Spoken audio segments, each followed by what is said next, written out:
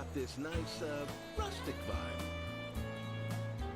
Hey everybody, and welcome to Tuesday Night with Prof. How we doing, everybody? Welcome in.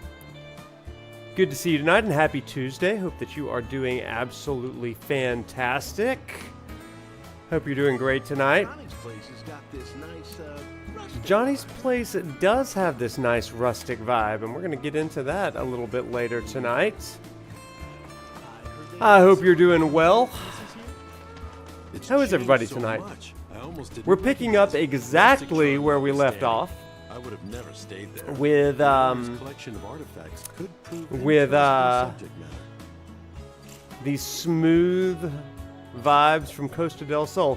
What's up with the outfit? Yeah, I felt like we're going to the jungle, so I needed to feel a little jungly, right? It's changed That's so what it much, felt like I almost tonight. didn't recognize it. I was like, let me Rustic put on my I would have my never adventure stayed gear there. The owner's tonight. So I collection got of my like artifacts could prove interesting adventure subject vest, matter. my Indiana shirt, but it's like casual indie, right? I'm not wearing the leather jacket. It's just like, you know, It's changed it's kind of so what we're going much, up. I I almost do didn't need a recognize fedora. it. I have Rustic one. charm I have one in my notwithstanding, closet, I would have never but stayed I there. can't wear it with the The owner's headphones. collection of That's the artifacts problem. could prove interesting subject matter. Thank you, Chrono. I'm trying for the Indiana Jones Prospector Noctis. There's gold in them thar hills. Is that right? There's gold in them thar hills. Oh no, I'm from Bama. It's a different kind of vibe. So we're trying to get to some nice music real quick so that we can get away from some of the hecticness. Oh, that's a nice vibe, right? That's a nice vibe. So how are we doing, everybody? Welcome in. I hope that you're doing great. How was your Tuesday? Mine was awesome. My 8 o'clock class, they were all awake, so that's a great one. My 11 o'clock class for Final Fantasy 16 was fantastic. They are crushing it, you guys. They just get it. They just get it. They're playing the game, and they're like, Dr. Langer, I got a question. I'm like, okay. They're like, Mythos. Why are they calling him Mythos? I'm like, why do you think they're calling him Mythos? And they're like, Dr. Langer? Maybe it's because he's absorbing all of the myths and the stories of these gods and integrating all their power. And he's like the vessel for all of these myths and stories. And I was like, an interesting idea. Interesting idea, chat / class. They're like, you're not going to tell us. I was like, why would I do that? Why would I spoil it? I can't wait for several things, chat. I can't wait for us to get to certain parts. I think our next class is going to be about Bahamut.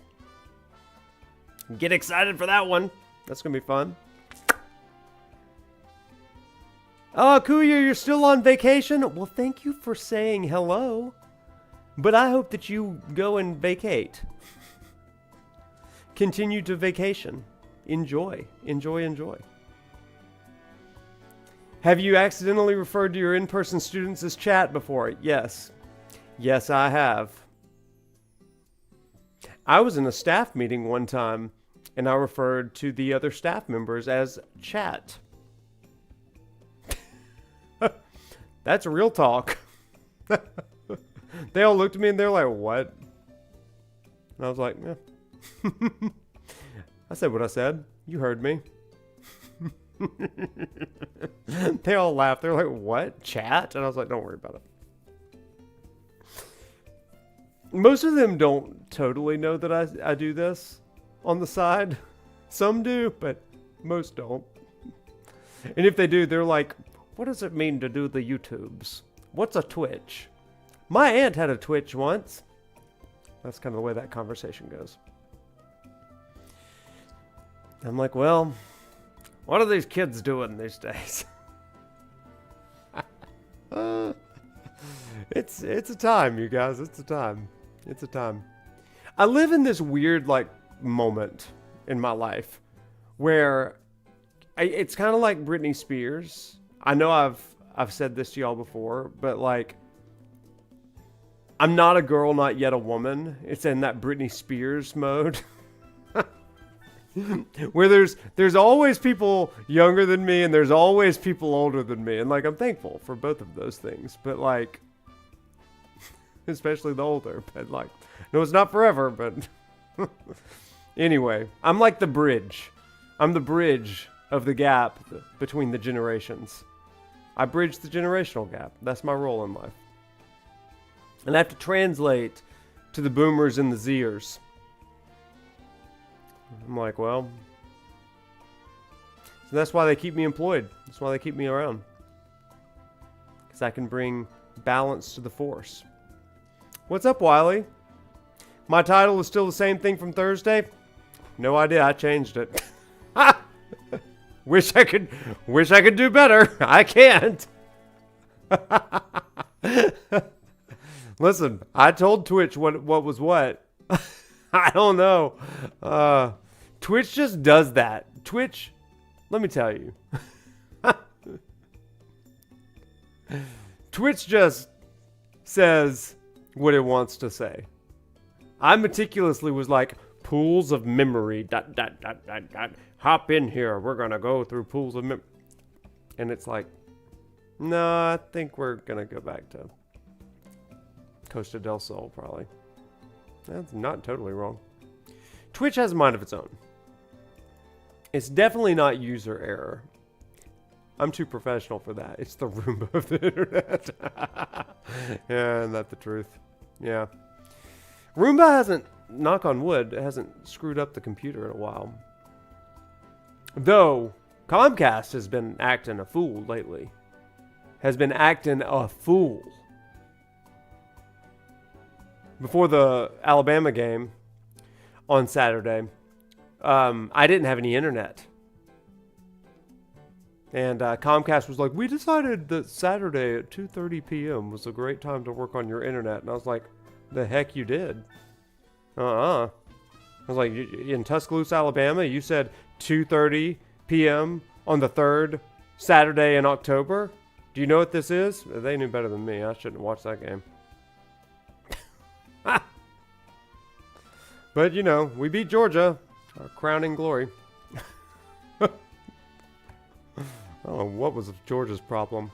Georgia, let's talk football for a second, chat.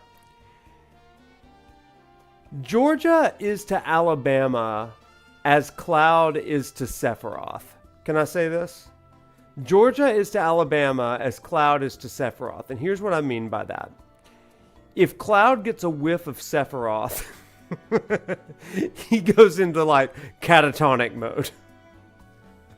And like, Georgia is likely the best team in college football this year, right? Very likely.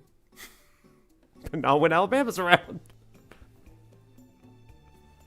That's what I'm learning about the Georgia Bulldogs. Georgia Lapdogs when Alabama's around. But the foosball. It's the foosball. Go home, YouTube. You're drunk. It's like what UT is to Oklahoma. Yeah, kind of. Yeah, it is. What do you think about Vanderbilt or Skip Bayless? I have no love for Vandy. None. I was there. In the stadium when Bama took its first little L to a Tennessee school. Yeah, that's what I think. Now, Skip Bayless, I don't have much of an opinion. He's an entertainer. Yeah, he knows his stuff, but like, he's an entertainer, right? It says deity in the title for you for the win. Well, I don't know. It's not supposed to say deity. It's supposed to say pools of memory. I don't know. But you know what? We're just gonna do it. We're gonna edit in post, as the professionals say. See, the Streamlabs Cloud bot is right. It's saying Droogle and Shoop. That was this week's episode. Sorry for bringing up bad memories. Nah, they will never be a memory, like Sephiroth. Twitch, YouTube, and Streamlabs is the drunk ones. That's fair. Can mods update the title? I have no idea. I don't know how any of this works. Pay no attention to the man behind the curtain. No idea. No idea what any of this is. I can try to change it. I'm also not terribly worried about it. I wish I was, but I'm not. Let's see. Can I change anything about this here? See, the funny thing about me, chat, is that you might think that I'm a detail-oriented person. You would be so wrong. I am what they call a visionary. I live in the clouds. Not in the cloud strife. I live in the clouds. Oh, Hank says it was pools of memory. Now it shows deity of the desert. Yeah, no, listen, bruh, I don't know. What's up, subtext? We're just complaining about Twitch and YouTube and life. Anyway, well, everybody, let's stop belaboring the point. We're not talking about deities of the desert. Tonight, we're talking about going gaga for Gongaga. And that's going to be the theme tonight. Because we have a pretty long, well, we are going to go story focused tonight. That's the goal. And so, everybody, that's kind of just where we are. That's what we're doing. Gaga for Gongaga. You did hear that right. It's actually called Pools of Memory, and that'll make sense in a little bit. But tonight we're going to talk a little bit about some, Gongaga. We're going to talk a little bit about Greek mythology. And we're going to get to maybe one of my favorite parts of the whole game. So, this is your first time with us, everybody. What's up? My name's Wade, aka ProfNoctis. And I am your video game professor for the night. So we're going to play a little bit. We're going to do a little bit of lecturing. And then we are going to scream Tifa at the top of our lungs. Shroom facts. Well, we don't have the equipment for shroom facts tonight. But is it right now? Okay, let's do this. Tifa! And without further ado, let's get going. Your mom's here for the start of the stream. That's awesome. Well, hello, Amy's mom. Welcome in. We and also let me just say it's nice to meet you. Let's all say hello to Amy's mom. Oh no, the audio's double. Thank you everybody for sharing all of these things with me. That scream helped Alabama win. It did. It did. Now it stopped. Bro, I don't know. Amy's mom, hi. It's nice to meet you. I'm Wade, aka ProfNoctis. I teach at the University of Alabama. I teach religious studies and a little bit of literature. And I do it all through video games. So, awesome to meet you. With that, let's go into this. And I'm going to try to make it so that it's not double sounding. Right. Bum bum bum bum bum bum bum ba-da-dum. We getting double sound? Probably. Like I know how to fix it, you know? Okay, let's mosey.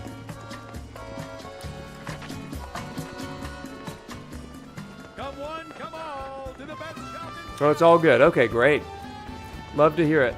So we've got our dream team here. Oh, let's get on a wheelie. This is like our last moment of fun before we go to the jungle. Yep, take down those benches and plants. Every plant. Have y'all ever ridden a Segway? Let me tell you, Segways are a lot of fun. I really enjoy my time on a Segway. Okay, but that's all the Segway we get. Listen, they're so fun. They're so fun. Let's call that buggy. I rode one in Savannah, and it is a blast. But not as fun as a buggy. You know what I'm saying? Anybody ever ridden in a buggy? So in real life, I drive a Jeep Wrangler. Me and my dogs.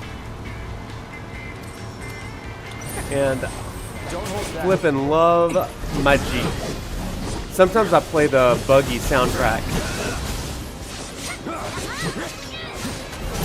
Oh, Karuai, you got to. You got to. It's so fun. Like, I definitely... I rode the Segway literally days after I got to this part in Rebirth, so it felt right. Am I? Is it the vest? Is that what tells you Jeep Wrangler about me? Because that's it. I love my Wrangler, bro. You like this music? Oh, listen, Buggy ATV. I was with actually Evan and some of our other friends in Hawaii one summer, and we rented ATVs and we drove around the park where Jurassic Park was filmed. It was awesome. Well, we lost the buggy, everybody. No, we didn't. My haircut says buggy. Interesting. I don't know how to take that, but I appreciate it. I'm getting a haircut tomorrow. Though I'm kind of liking the longer sort of thing. I can never decide on hair. I don't know.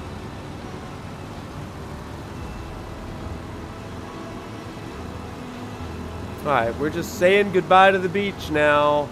No more fun and games. Time for Gongaga.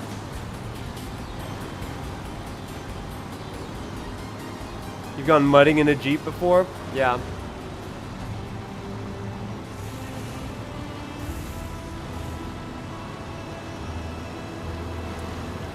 Winter is coming. Winter is coming. You are correct, sir. Alright.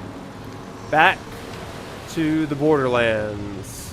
Anybody ever play that game, Borderlands? At least I have some hair. Pierre, thank you. Thank you for the compliment on the hair. Just acknowledging the fact that I have hair. I'm going to take it as a compliment. I am grateful for my hair. I am. You cut your own hair? Oh man, I could never. Like you know how sometimes we're crippled by perfectionism? That's me. Whenever I have to do something that I care about, like my hair or things in my house or something like that, like nailing things, I have to get somebody else to do it because I'm just too, even though I'm not detail oriented, and this is part of the reason. I'm not detail oriented, but I'm a perfectionist, and that's a problem. It's a problem. Anybody know that struggle? You want things perfect, but you don't want to do it. Okay, why am I just driving in circles like a maniac? Oh,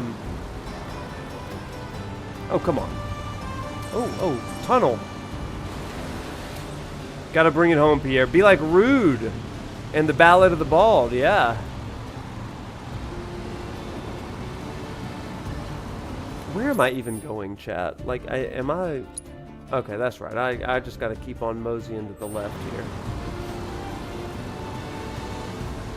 Oh, there's the gold saucer. Yep. Do I do the Jeep wave? Absolutely I do. Yes, sir. Yes, sir, I do. I should have worn my Jeep shirt tonight. I didn't realize that the Jeep was going to be such an iconic moment in this stream, but... Alright, folks, keep those eyes peeled. Guess what, everybody? We've made it to our destination. We're crossing over into Gongaga. This is so Final Fantasy 15 coded. I love it. Reactor's nestled deep in the heart of war. If that's the case, I think we're still a long ways off. Can this handle a jungle? Well, we'll soon find out, won't we? I love Kate Sith. Gongaga's just past these shallows. Gongaga. Me? Gongaga.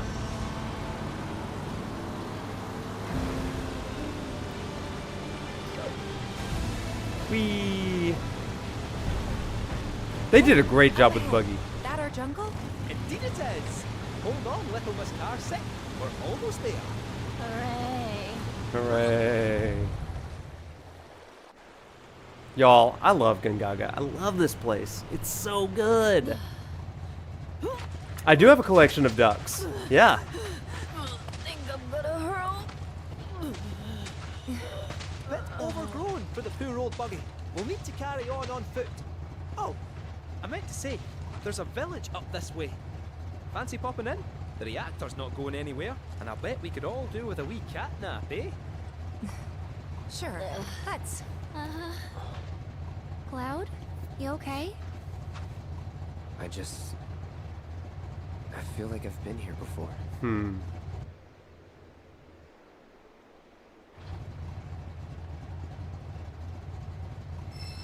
Intriguing. Chad, a couple things to note. We're going to be talking about this tonight and on Thursday. We're spending 2 days in Gongaga. Tonight's all about the main story.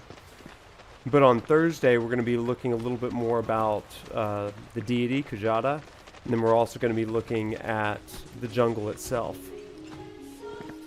Ah, that's sweet Gongaga music, baby. Oh my gosh, look at this place. I freaking love Gongaga! I am gaga for Gongaga. I love this place so much. Just look at it and take it in, boys. Look at this. Oh my gosh, the grass, the green,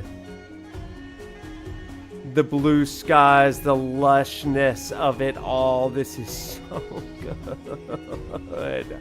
Oh my god. Okay, so here's the thing, chat. I've mentioned this several times before, but tonight it's actually going to be legit. Okay? You ready for this? Next Thursday, I'm not going to be streaming because it's Bama's fall break and I'm going to be out of town, but I do have content for you. And the long-awaited Buddhist video is dropping next Thursday. But before we get there, I'm going to talk about Gongaga on Thursday from a lens and framework of Buddhism. Specifically some things that didn't quite make it into the video but are still worthwhile talking about. So we're really going to talk about this on Thursday. But Gongaga is where so much of this rebirth Buddhist stuff really comes to being.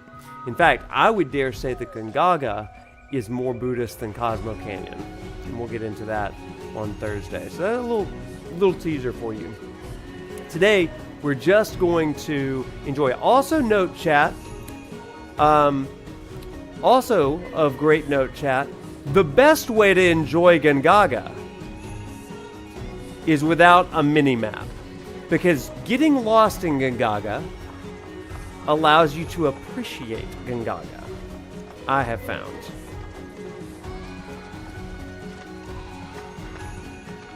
God, I love this song so freaking much. What is it? If you're serious about wanting to be our new best friend, how about giving us some insider info? Well, if it's dirty laundry you're after, Yeah. I have heard whispers about the new president's proclivities. You wouldn't believe how much he spends on those fancy suits. Why did I I even bet. ask? Those suits are elaborate, to say the least. The mini-map makes you more lost in Gongaga, in my opinion. Like, I appreciate the mini-map always, like in a lot of areas. But in Gongaga, it is absolutely a hindrance. Go on. Need to use some fire here. Don't overdo it. Here goes. I enjoy the puzzle-like element, yeah, absolutely. You're in good hands now.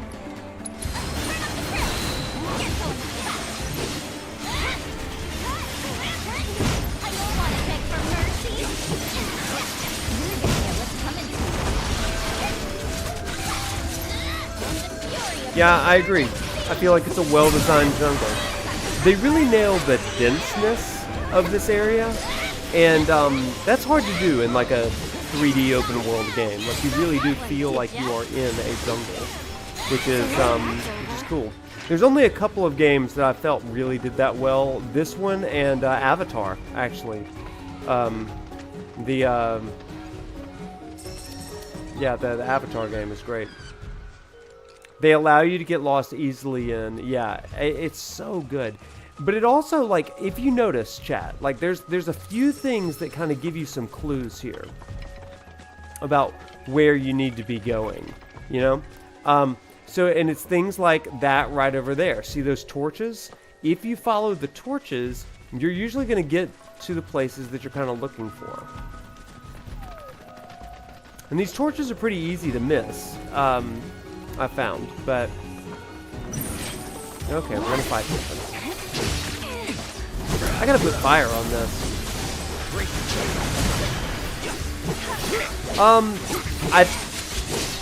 The difference between Gongaga and Crisis Core in this game, I mean, I don't have a lot of thoughts on it other than the PSP couldn't handle something like this.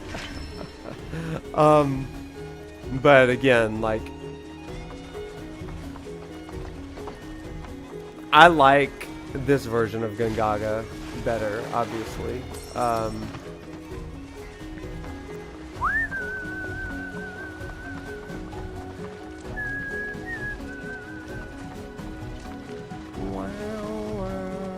Oh, there's frogs. I don't want to fight. I don't want to fight. I do not need to kill the animals. There's no need for that. We just want to vibe with the animals. We want to live peacefully with the animals, you know? There's rabbits.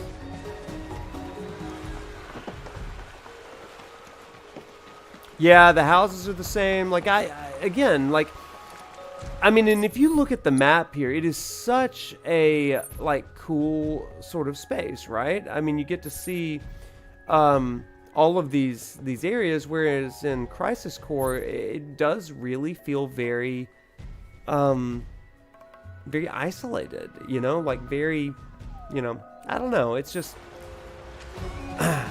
one of those things that I think, do I have my Chocobo yet?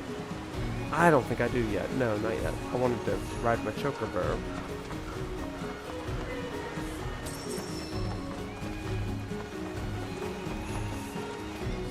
I don't know, again, like, I feel like Rebirth does such a great job of showing not only what this game could be, but what, like, a strong open world style can be, you know? I think that that's one of the cooler things about this. I'm planning on doing all the Reactor stuff tonight. That's the goal. It may be a too lofty goal, to be honest.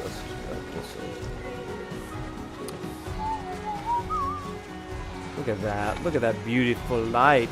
Can you imagine what this will look like on that PS5 Pro? That's what I really want to see. That's what I really want to see.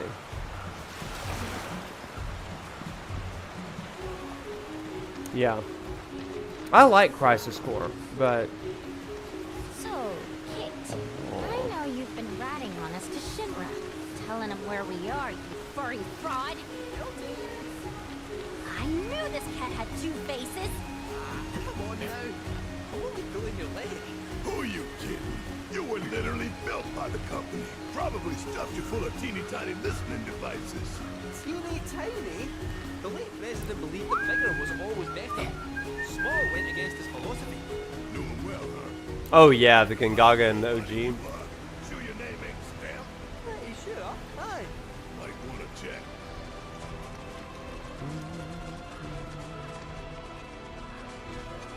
We'll talk about Kajata next time.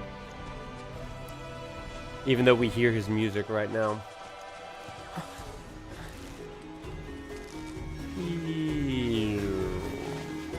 Bloop.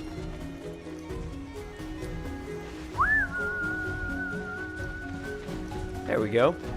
As long as we get that weapon music. Oh, we'll get that weapon music. Don't you worry about that.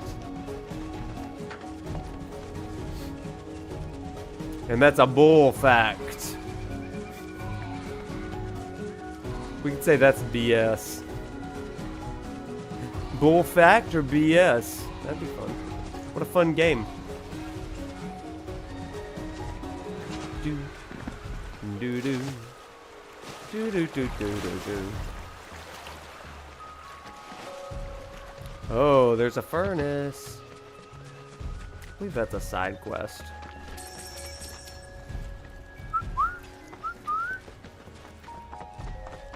I don't know why. Anytime I see things laying on the ground, I just have to get them. It's like just a compulsion of mine that I've got to do it. I guess I need to keep going south. I keep getting distracted by things. This is why. This is why it takes me so long to play this game. The distraction is real.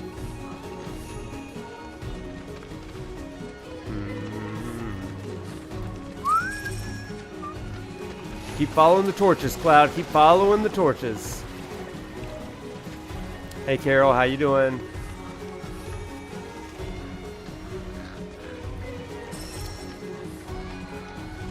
Oh, nice.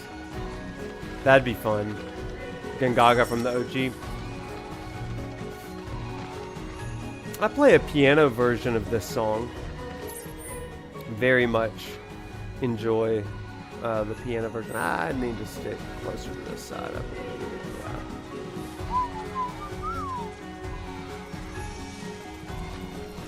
Hi, Empress. Good to see you. Oh, we can go on the Watchman's Lookout. I always want to say that there's zip lines here, but there are definitely not. There are not, but you do get a sweet view of the place, right? It's your favorite chapter? Aww. That's great. Now let's ride. Whee! Loop. Got red. No, I really don't want to fight. We gotta kill things in the story, not just for fun. That's not the way of the Gongagans.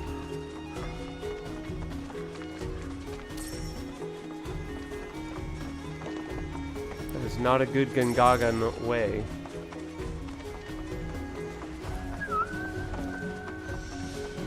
Oh, I remember this bridge. I took a lot of pictures on this bridge the first time.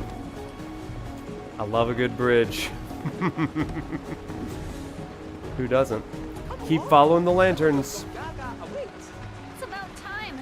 We're freaking starving. Maybe our lucky food will be on the menu.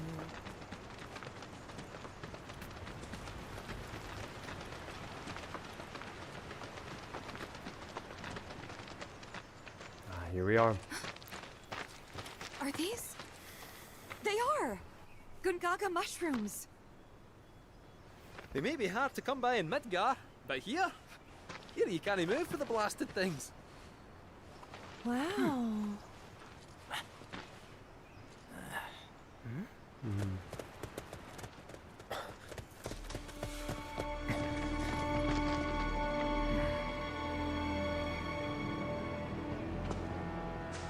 Passing through. You. What? Nothing. For a second, I thought you were someone else. The music, y'all. The way that they integrate Crisis Core, I just love it. Gosh, it's good. Who are you people? Aye, you'll do. More importantly, why are you here? Not to survey the reactor, I presume. Ah, no, just to study it. We're on a wee field trip, you see? Yeah, they did, lady. Wee shh. Well then. Aww. Welcome to Gongaga. I'm Cisne, Coalition Captain. And sorry, didn't mean to startle you before. Just I doing get it, our Hank. jobs. Back to your posts. Ma'am.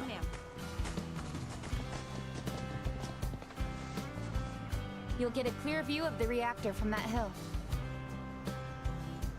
Make sure to pay your respects, though. Of course. Come on.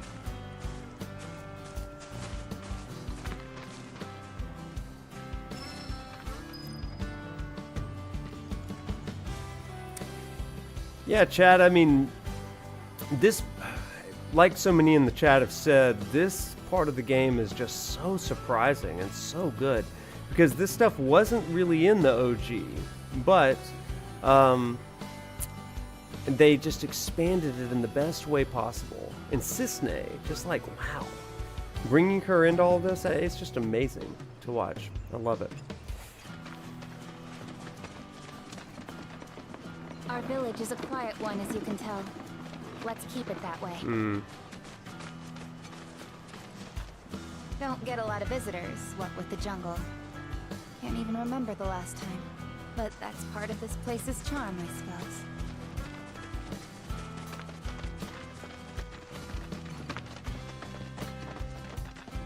Oh, I love this part, you guys. Now, it's interesting that this chapter, once you get to Gongaga, begins with this kind of service of remembrance. I think that it's really meaningful, especially as we move into this idea of memory in the Lifestream a little bit later in the chapter. As we go through this part of the chapter, I want you to see some of the religious imagery. Specifically, we talk about religious rites, and this is across a lot of different religious traditions, but a lot are different are represented here, and you start to see a little bit of the dynamic here.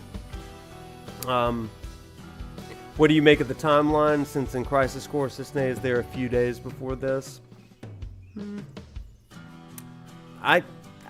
I'm not sure. I really don't know, but it would make sense that she recognizes her, I guess. Or, excuse me, that she recognizes him. So, I don't know. Okay, let's go.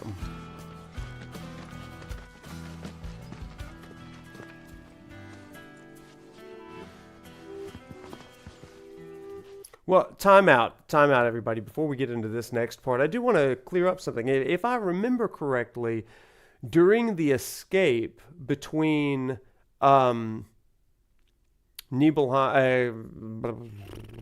from Nibelheim back to kind of the last stand, Zack and Cloud unconscious, they drop by Gongaga, right? And that's where Cissnei finds them. She's been stationed in Gongaga. So she's been there for 5 years. Or sometime over the course of that 5-year period where Zack and Cloud were out.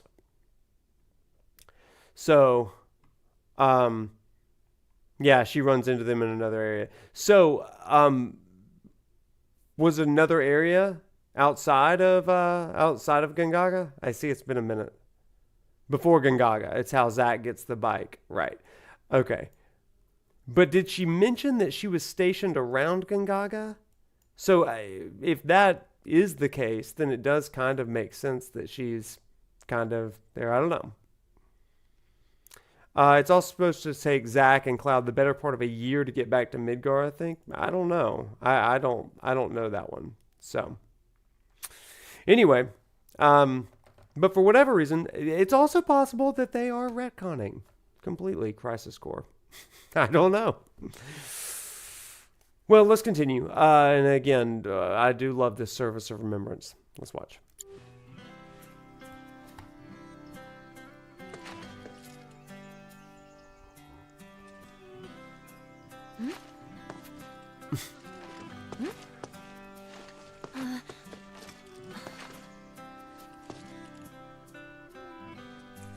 Thank you.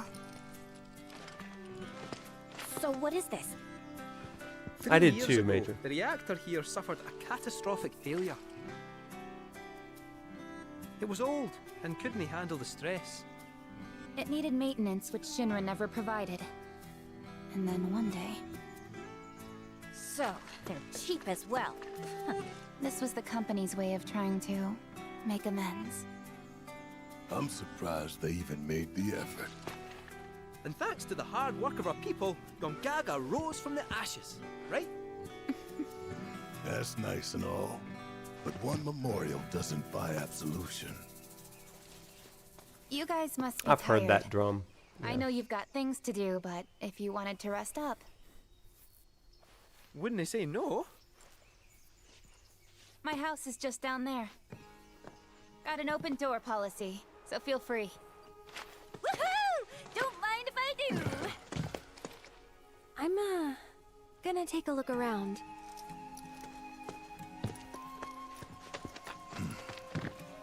Seriously. Get some rest, okay? I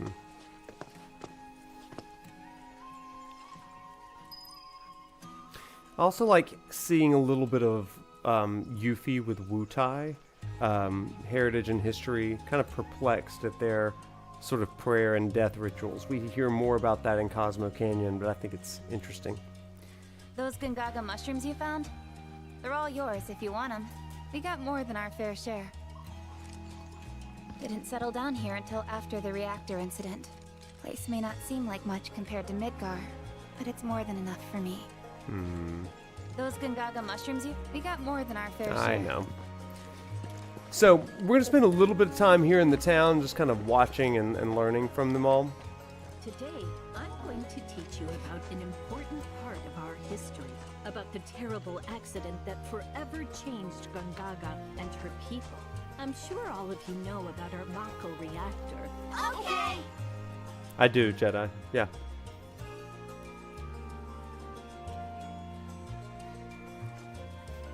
Oh, I guess that's the end of that story. Okay, I thought she was going to tell us the whole story. Oh, there it is. We kept our distance. It was Shinra's, so we trusted Dramatic them pause. to take care of it. But one day, 3 years ago, without any warning, the reactor exploded. The air was thick with Mako as metal fell from the sky like rain. Our crops were ruined, our homes destroyed, and our loved ones taken from us. The memory of it still pains me dearly.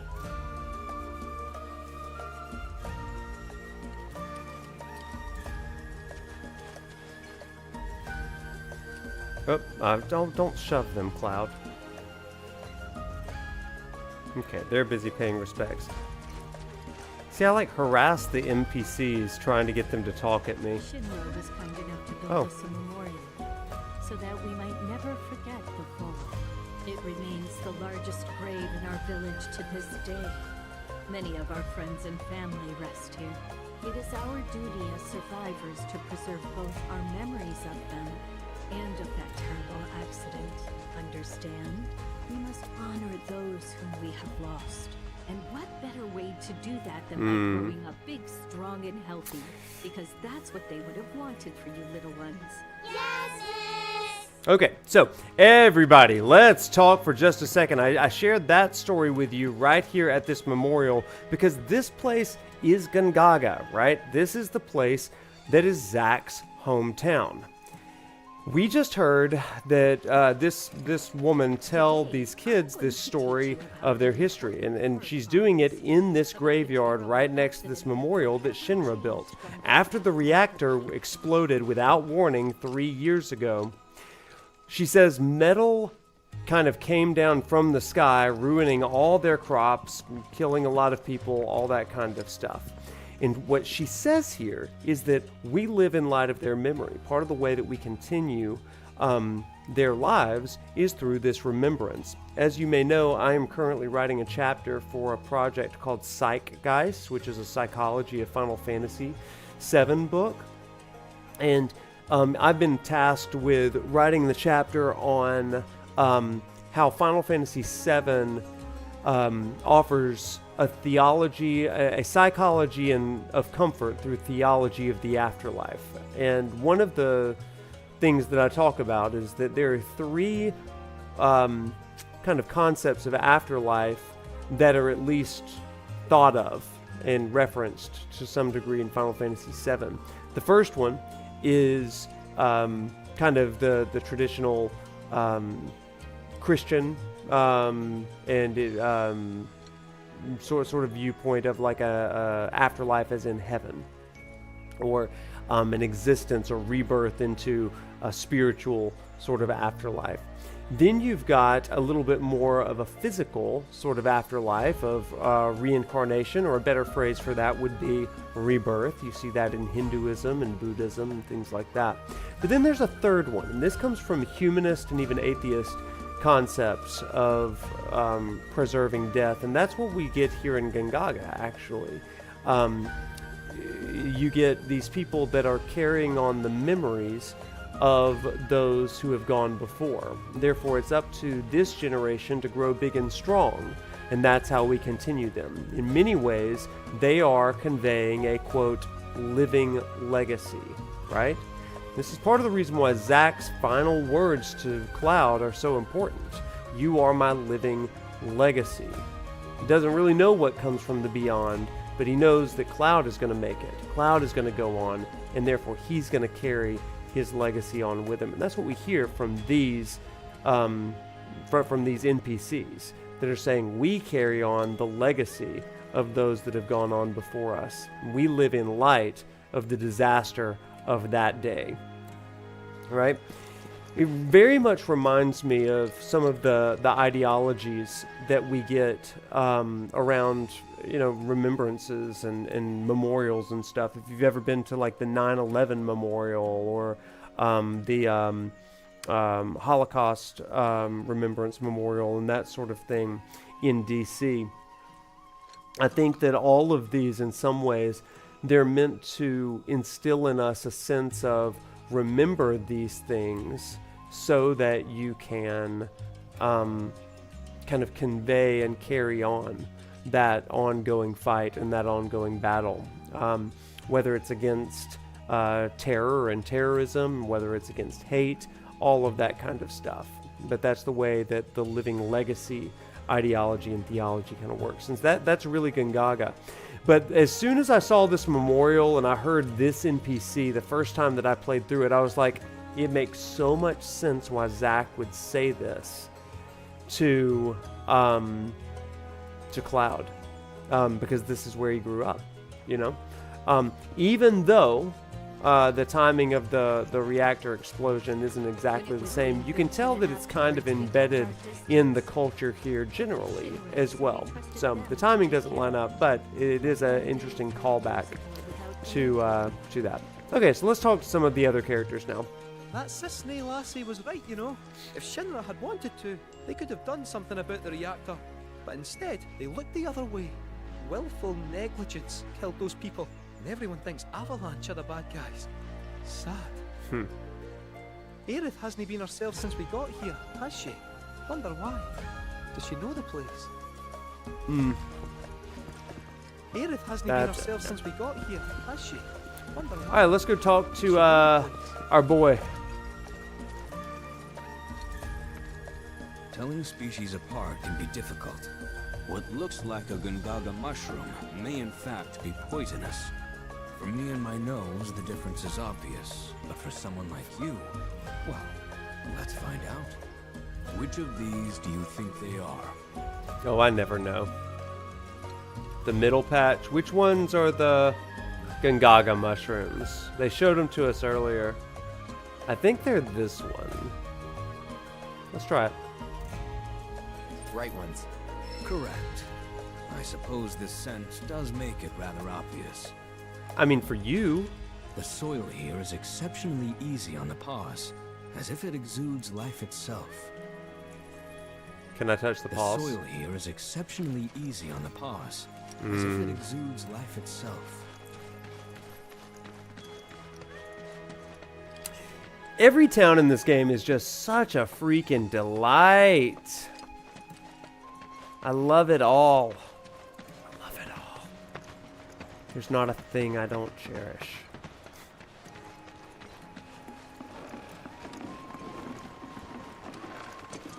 Visitors? Pleasant surprise. Yeah, thank you. Not everyone Not thinks only so. responsible for keeping people safe, but the Chocobo's healthy too. Got that? Keep villagers safe. Chocobo's healthy. Okay, got it. Got it. What we lack in luxuries, we make up for in rustic charm. In rustic charm. Don't forget to try some of them. It's break time, boys, and I say we spin it at the saloon. Sounds good. Damn right. Liquor used to be my vice of choice, but now I can't get enough of this stuff. Oh, heck yeah.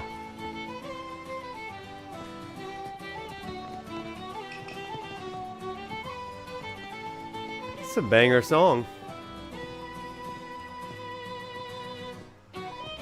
Howdy. Ooh, this song.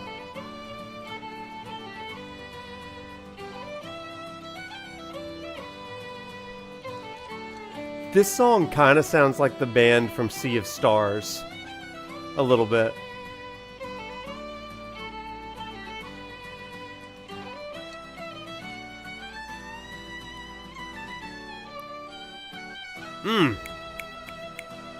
Well done, band.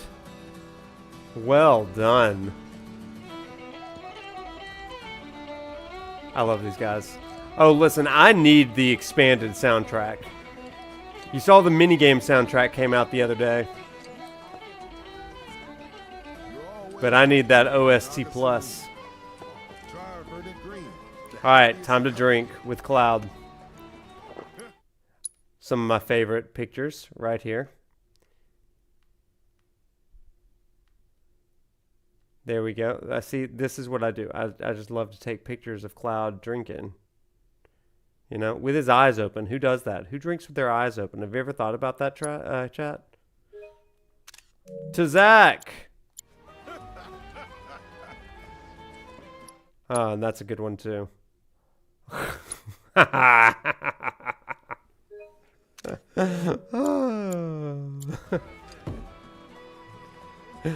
See, if you get it just right, you can make it look like he's just slamming it down for This is why I spent 200 hours my first playthrough. And me doing the same thing side by side. Cloud's so great. He's weird, and we love him for it. This is technically like 4 photo mode moments all in one.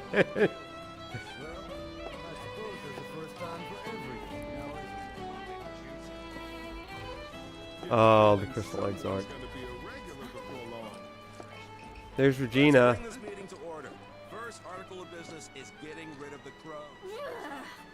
Damn, that's bitter. Oh. Backs a punch. One more. Slow and steady wins the race. Well, I got him to go away. It was easy, too. Just put up a picture of myself. They've stayed away ever since. Nothing beats that first bite into a fresh picked veggie. Nothing beats that first bite into a fresh picked veggie. That's so true. Once things settle down, I could see I get it, myself World moving is out Square. here, living I get off it. the land. Be a nice change of pace. Just me, Marlene, and our little piece of paradise. Wonder what kind of stuff we'd end up growing. Play a piano song? I can do that. Black Millie, Red Shadow. I'll play one piano song in here. There, soldier. You do know they're used in love potions, right? Huh? Oh, fun. I ain't playing matchmaker for you, son. So, chat, in case you didn't know this, I think this is common knowledge, but Barrett tells you that Black Millie is used in love potions, and that is one of the things that Jessie was going to put in the pizza for Cloud when she was going to bake him a pizza in Remake. Isn't that an interesting sort of thing? Yeah. So she was going to make him a love potion, right? Isn't that interesting? Right? If you didn't know that, that's wild. Yeah, it's a really deep reference. It's a really deep cut reference. But when she was like, I'm going to make a pizza, Black Millie, she's like spouting off the things. It's a love pizza.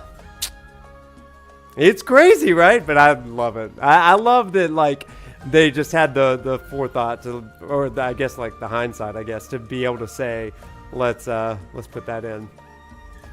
Yeah, it's so funny. I love Jessie. Shin was doing its damnedest to bleed the planet dry, but she still got life in her, and we gotta help her keep what's left. How loveless. That's right. How loveless.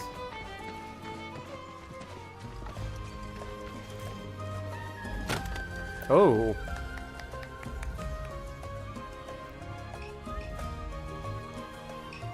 Do they reset the wood? Oh, the boy gets some wood.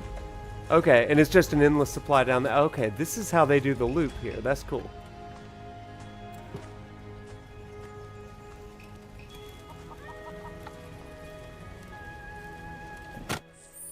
Oh, this is a shot right here. Little father-son moment. We love that. Look at this.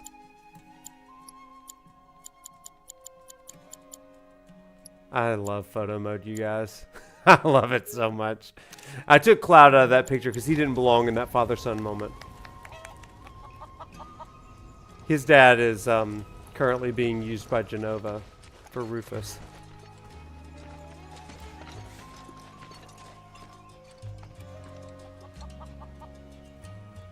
Okay. Ah, here we go. I love the simplicity of this place, right? I love it, and I love chat. This actually reminds me of something. This isn't really a lecture, but it reminds like this woman at this kind of well reminds me of something. I teach a class on service learning, and how when you are trying to do something good for a community, you always need to understand the aspects of the community instead of pushing your own ideals and desires upon that community. So for instance, anytime you do philanthropy, it's important to use the needs and the assets of a country or a community instead of bringing your things. Now this is incredibly important in places that are essentially a little bit more like third world-ish. There's this one example that we use in class where there was a country, or a village that during the day all of the women would go out to this well and they would pump water like this, and it was just back-breaking work in the dead of the day, like the dead heat of the day. And it was exhausting work, but this is what they had always done to get water for their village and stuff. And so some well-meaning American businessmen and businesses decided they were going to invest and try to help solve this problem, to make life a little easier for them. And so they had this idea that they were going to create, are you familiar with the playgrounds that have these like bars on them and you can run around them and kind of push, and like as kids we would run on this little like merry-go-round thing and you would jump up on it and like you could spin and spin and spin. So American kids love these sort of things. Well, these engineers decided that they were going to construct a series of these and they were going to connect it to a water pump, so that as kids would play on this merry-go-round playground thing, they would also be productive, so the women wouldn't have this back-breaking work during the middle of the day and stuff. And so it was meant to help them. Well, here's the problem. Kids in this particular community on this on the other side of the world did not enjoy that playground toy. They didn't like it, and so they didn't use it. And so instead, these women in the middle of the day would have to go out, and instead of doing what this woman is doing and pumping the water like this, they would have to all get around the merry-go-round, and they would have to push it in the middle of the day in order to get water. This was such a strong reminder, and it's something that I share with my students every semester, and I actually show a video of it and all this kind of stuff. This is such a great reminder that when we go to a community, it's important for us to be almost like archaeologists or like explorers, kind of discovering the culture of a place before we can ever imagine that we might be of assistance to them. That's one thing that I really appreciate about what Cloud is doing here. He's understanding some of their rituals. He's understanding some of their stuff before he engages in things like side quests and stuff. So, interesting stuff. Yeah, I wonder as well, Drum. Yeah, just an interesting side story, but seeing that that person. Also, just because this particular community, as Barrett comments on, it's so drastically different than the other places. Even Calm, even though Calm is quaint, this place is intentionally living off of the land. They are not, aside from the reactor that is ruined, they are not living off of Shinra's power. And it just creates a lifestyle of, you know, what life could be like for people outside of Midgar. Let's get started with some practice swings.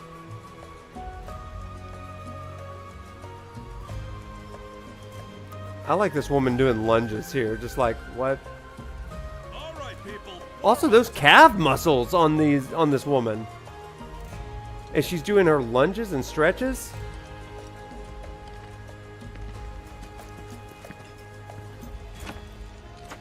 Well, can't just go into houses here, Cloud. Let's get started with some practice swings. Chocobos. Alright, I guess let's go see Aerith now. There she is.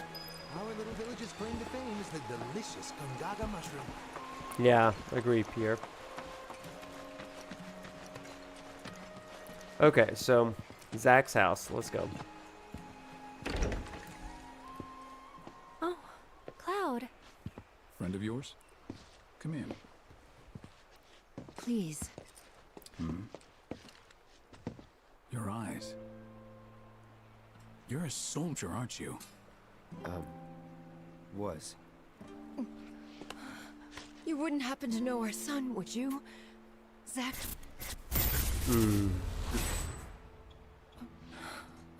Are you all right? He does, doesn't he? Fine. What did you say his name was? Zack. Zack Fair. Zack? Sorry. No.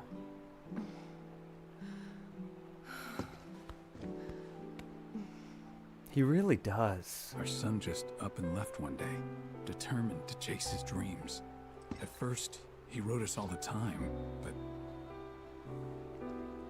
When I first saw you, I thought maybe this is the girl he was always talking about. Sorry if I made you feel uncomfortable. I doubt I was the only woman in his life. Charming guy like Zack. Wherever he is, I hope he's enjoying himself at least. They do say no news is good news, right? They sure do. say, if you do happen to see Zack, would you tell him that we miss him and to please get in touch? Of course I will.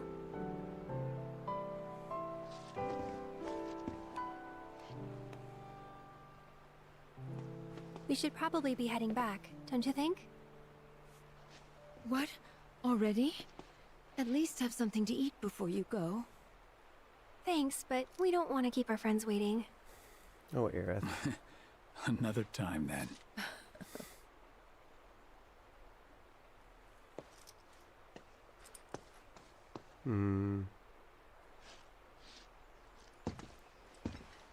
Here. Oh, don't make me go out yet. I got some things to look at in here. So first we gotta talk to Zack's mom here. Everyone loves war heroes, don't they? If Zack makes a name for himself, I'm sure we'll get to read all about him in the papers. Not that I want him to risk his life chasing fame and glory. Oh, hello again. Still no word from Zack, I'm afraid. Way the world's going, least he could do is drop us a line. Let his folks know he's okay. He really does look like Zack, doesn't he? So, like, let's just take a look at this guy for a second. Right? And you can kind of see, like, this is what Zack would look like if he got the chance to grow old. He's even got this shorter, spiky version of his old man hair, right?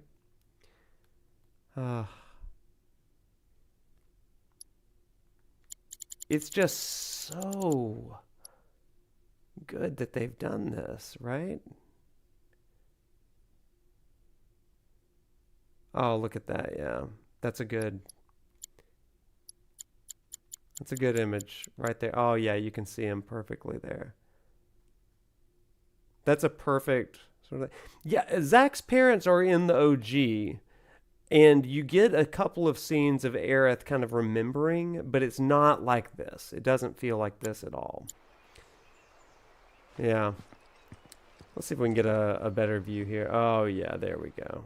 That's perfect, actually.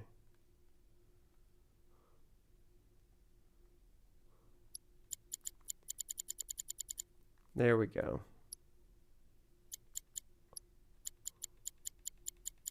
Oh, there it is. Right there. See that, chat? Yeah. You can really kind of see it there, like in the jawline especially, but that hair, I just, that's Zach's dad. That's so good. That's so good, right? We're going to take a picture of that. Twitter will like that one. Okay, we're going to keep on looking around the house just to see if there's anything that reminds us of Zach. Like, here's some pictures.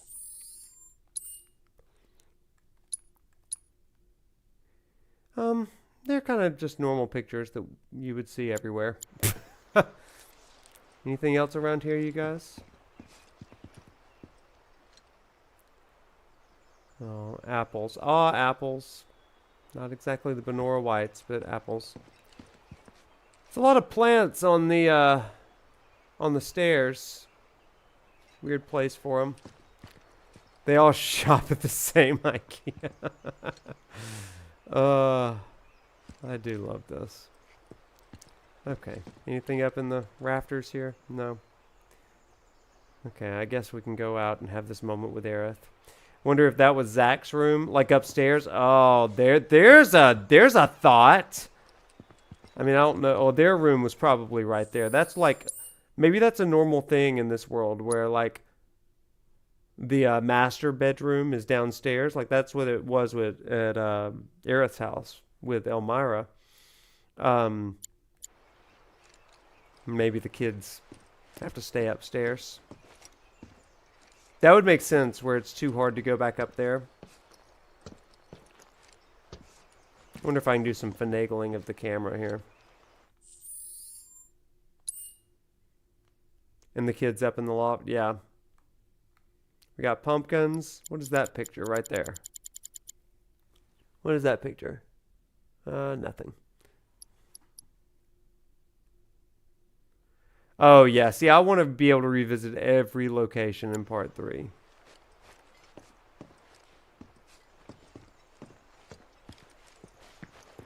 Okay.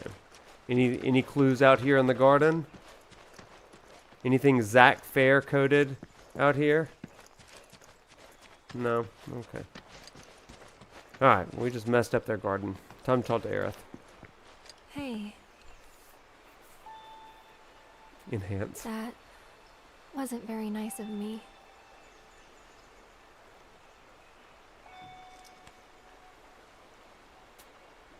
You remember me telling you about Zach, right? At the playground? How he was my first love? Yeah. This is where he grew up, and now that I'm here, it's a lot. So when I saw someone who looked like him, I don't know, I had to say something. Didn't even occur to me to think how they would feel about it. Pretty selfish, huh? Waltzing in there, stirring up memories.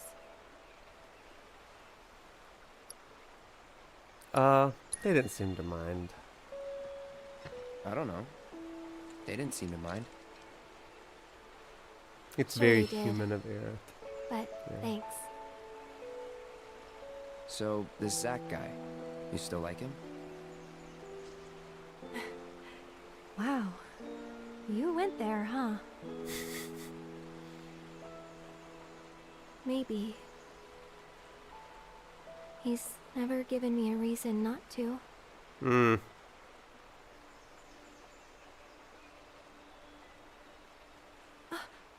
I love this scene. It's so good. Any news? Nothing. No calls, no letters. Oh. Leaving you out in the cold like this? Forget about that loser.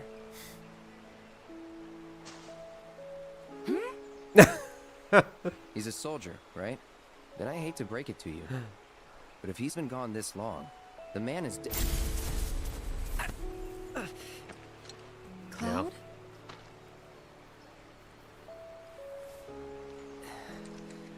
Sorry. I'm gonna go lie down.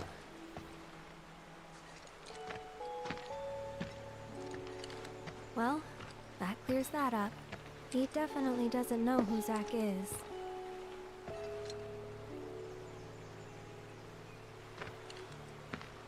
I need them to have girl talk with Cisne.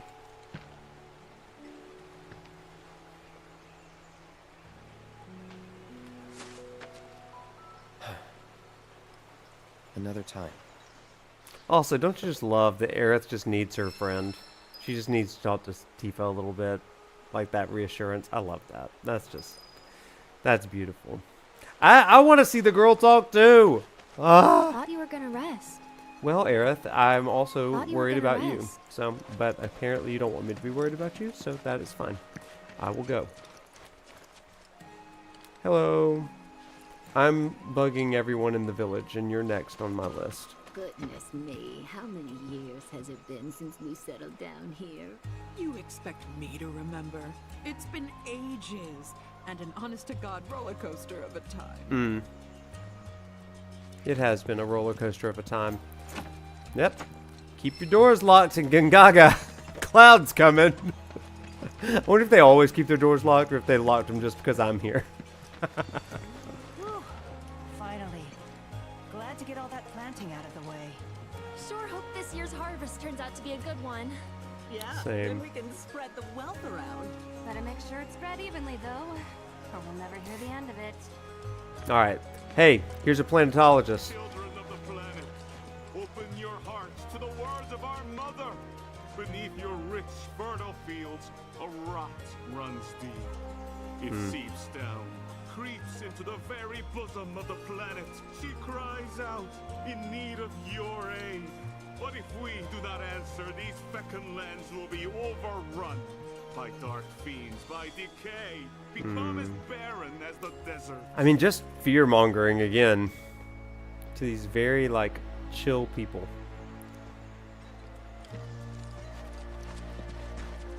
Nope, sorry, didn't mean to run into you. Whoop. Without it, this planet we call home will perish. And with planetology, she can be saved. That guy just ran right into him. Cosmo Canyon and hear the truth. For only together can we save our planet from destruction. I love it. Oh, okay, and so this book, Love Green, I thought it was a romance novel, but it appears to be...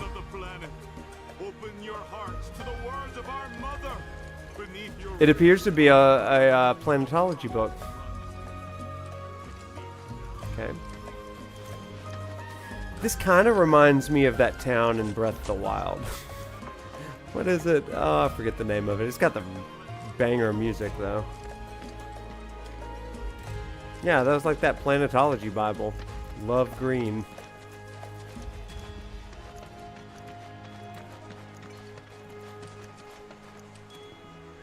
I like these little sitting places. It's just like simple. Simple life. Simple life. Happy life. Oh, we can go in here. Check it out. Hi. This is what happens when you don't leave your door locked. Oh, okay. So somebody wanted me to play the piano, Jedi. I think you did. Hatno. Hatno Village. I don't know. What do you want me to play? Stanley is here. I don't know if there's going to be a delay. That's what I'm kind of worried about. Because, like, there's maybe a slight delay in what I hear and what I see, but we'll see. We'll see.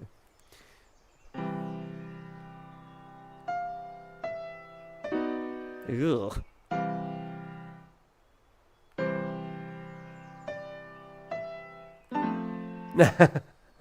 Okay, what am I going to play? Seriously, though. Okay, I'll do it one time. Pick top 3 and maybe we can make a poll. Okay, fine. I've gotten A's on a lot of them. Yep. What do you want me to play? I don't have one, Winged Angel. Sorry. So, what do you like? Let the Battles Begin? That's a tough one.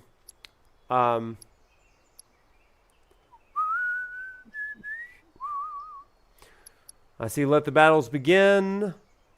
You like Aerith's theme? That's also there. Yep. Two Legs. I hate the Two Legs song. That one's so hard.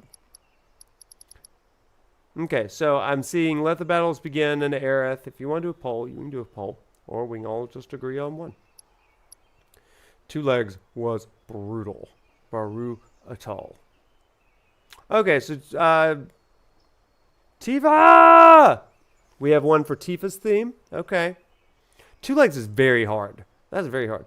Tifa's a bit more easy, and we like that. So it's really, do you want to see me succeed, or do you want to see me not? I should bring in my actual keyboard in here, and maybe I can play this and the piano at the same time. Yeah, that'd be a disaster. That would be a disaster.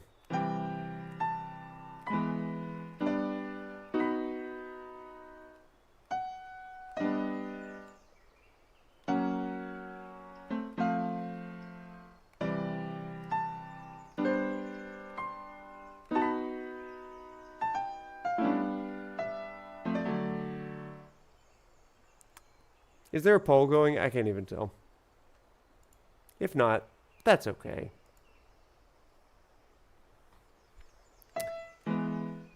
We can do a poll just started. Okay, then I'll wait and I'll serenade you with other songs.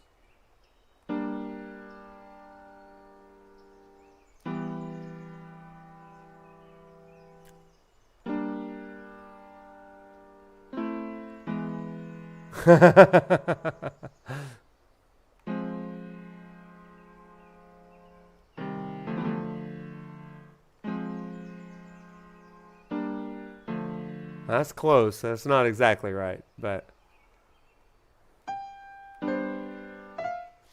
what's another good song I've played while we wait?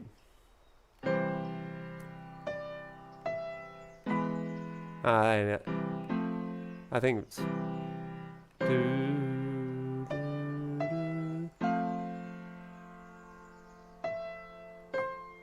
Ew, that wasn't great. So it's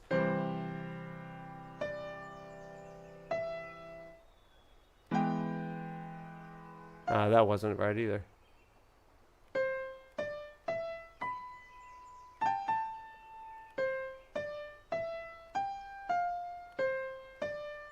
Hey, there it is.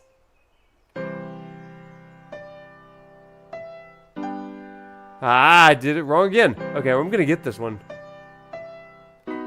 Ooh, that was not correct. Ooh, that was ugly.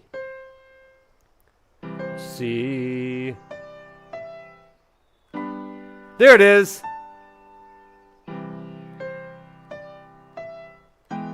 Ugh.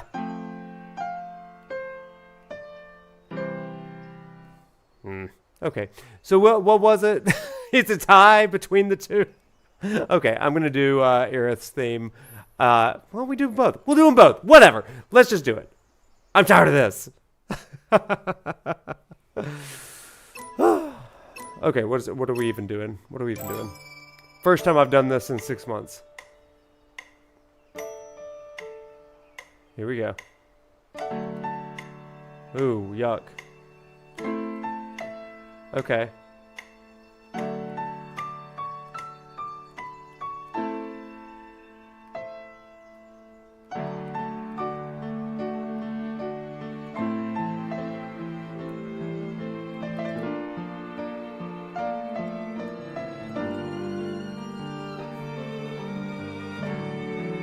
Let's go, let's go, let's go.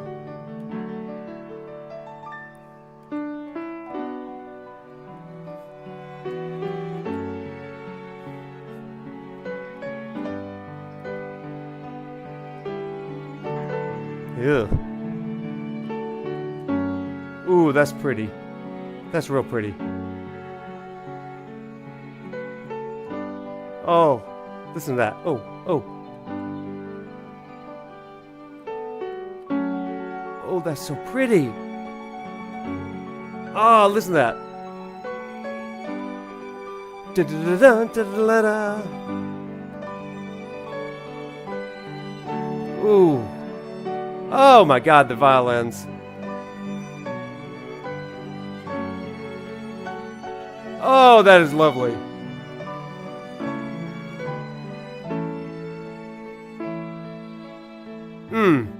Hot. Oh, that's beautiful. Hot.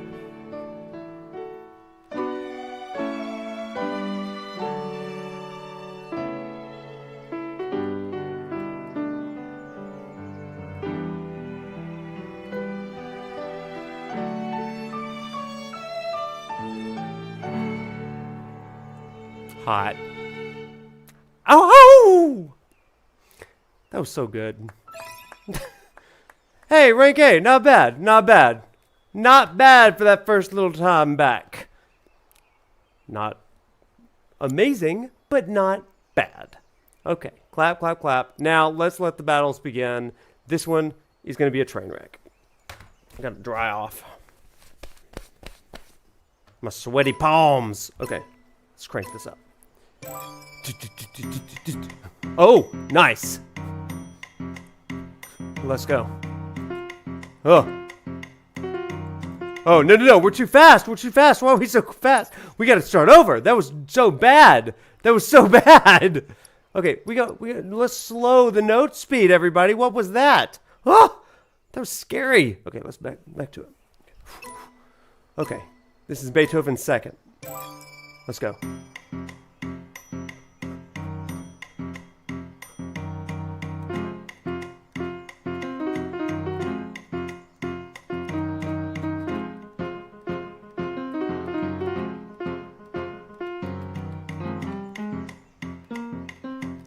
Ah!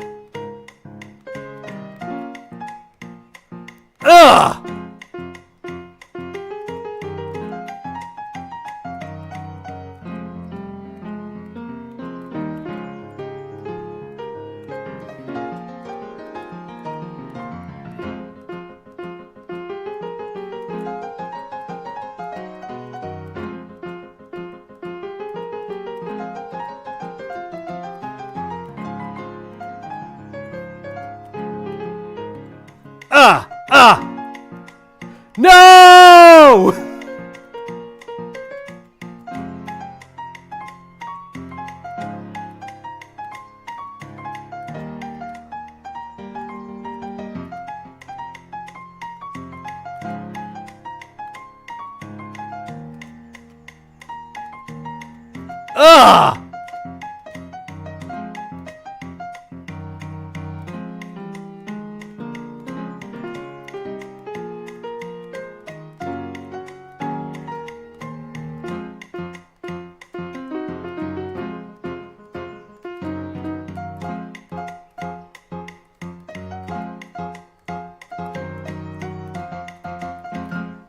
Whoa! That sucked. Okay, we're gonna do that one again. Was the one guy clapping for me?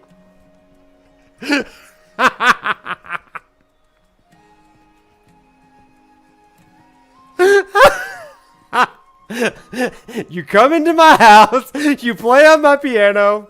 I'm gonna give you props.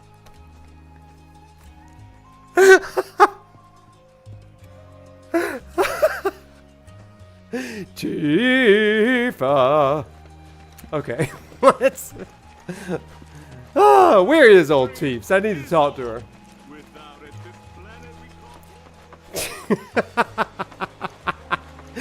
Go into somebody's house like, hey, I got a banger song for you, sir. I got a banger song for you. I call it Tifa's theme. You're like, who's Tifa? Oh, don't worry about it. But this is her song. Tifa, where are you?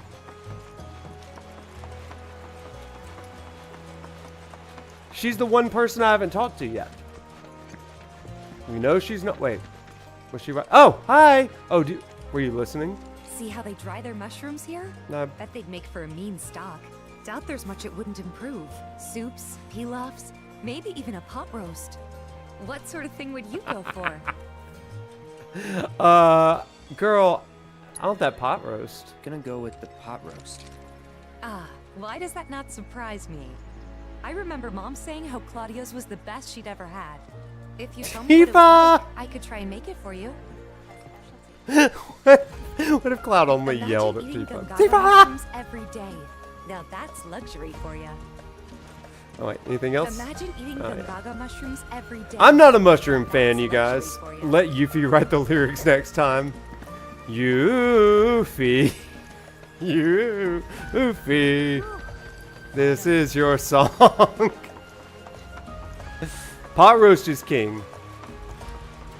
Onion should be used lightly to flavor things, but it should not be a main course, I feel like. I mean, it shouldn't be like eaten on its own. I'm not a big fan of the mushrooms, you know. Okay, where is this house that I need to go to? It's behind me, of course it is. Okay. All right, are we ready, everybody? I feel like we've dawdled enough in this place. So, to kind of give us a framework for where we are going next, fun and games aside, everybody, let's read a little bit of our research, shall we? So let's get a good Gongaga vibe here going. Let's find a good picture spot. No, Chadley, you're killing the vibe. Oh, the old reactor is being creepy again? Oh, that's perfect. Right there, actually. Yeah, this is great. So we got this in the background. Get out of the way, Cloud. Now there's a picture. Oh my gosh. So Gongaga in the background. Let's listen a little bit. So, I'm going to be reading a little bit regarding some Greek mythology. Okay? And so this kind of helps us have a framework for the live stream sequence we're about to experience. Here's what it says. Mnemosyne is most well known as the Greek goddess of memory and the mother of the 9 muses. Now, her name comes from the Greek word which means memory, which is mneme. Or another way of saying it is remembrance. Now, unlike imagination, which is what we talked about when we were talking about Fantasia, which recalls perception of something without any necessary regard for accuracy, memory recalls perceptions of things acknowledged to be bound to past experience. With memory and through mnemosyne, there's always a factually correct answer. Okay? So, like, this is where we're kind of deviating from some of our past lectures. Now, this is an important thing. Mnemosyne had little to no official cults, but occupied a distinctly liminal position in Greek spiritual consciousness. Most famously, she could be invoked along with the muses at the start of artistic endeavors, particularly poems and hymns, in the hopes that the artist could recall the events he was writing or singing about correctly before conveying them for an audience. Very similar to how we just recalled all of our memories with Tifa by singing her song and playing it on the piano, right? She could also be prayed to or sacrificed to when staying at, quote, healing temples or faith healing centers of the god Asclepios, in the hopes that they would remember any dreams or visions they experienced while they slept. So, this god, the father of Asclepios, Apollo, is the god of truth and prophecy, and the chorus master of the muses. So, in central Greece, those wishing to consult an oracle had to undergo several tasks and rituals over a number of days before descending into a cave to experience visions. And this is what's really interesting for our part tonight. These rituals included drinking from 2 fountains. One was lethe, meaning forgetfulness, to clear the mind of thoughts and distractions, and another was called Mnemosyne to ensure the visions that they would see in the cave would be remembered. Now, after experiencing a number of frightening visions, usually at the hands of the temple staff playing tricks on them in the dark, by the way, the persons would emerge from the cave and be placed in the chair of memory, or the Mnemosyne. The priests would then record the horrifying experiences before the person could forget, and from that story, they would discern the oracle. Kind of interesting stuff there, isn't it? So, in the Greek underworld, the newly dead would also drink from the river Lethe so that they would forget their earthly lives. Greek philosophers postulated that this was needed to prepare the dead for eventual reincarnation. Those initiated into Orphic mysteries, however, were taught that the cycle of rebirth was for the unjust, and therefore something to escape so that they could enjoy a just life on earth, and an afterlife among the gods. Now, this is actually pretty similar to the cycles of Buddhism, and the idea of this cycle of rebirth is something to eventually transcend beyond. So that's just an interesting kind of parallel there. As part of this, Orphics were taught to avoid Lethe on entering the underworld and ask instead to drink from the lake of memory, or the Mnemosyne, to ensure they retained the memories of their life and so prevent their souls from transmigrating. Okay, does that make sense, everybody? So I want you to use that. I want you to say that phrase with me: Mnemosyne, Mnemosyne. This is essentially memory. And as we are talking about the live stream tonight, it's certainly something that we want to think about. So we will talk more about Gongaga on Thursday, but there are a couple of things that I do want to mention right now.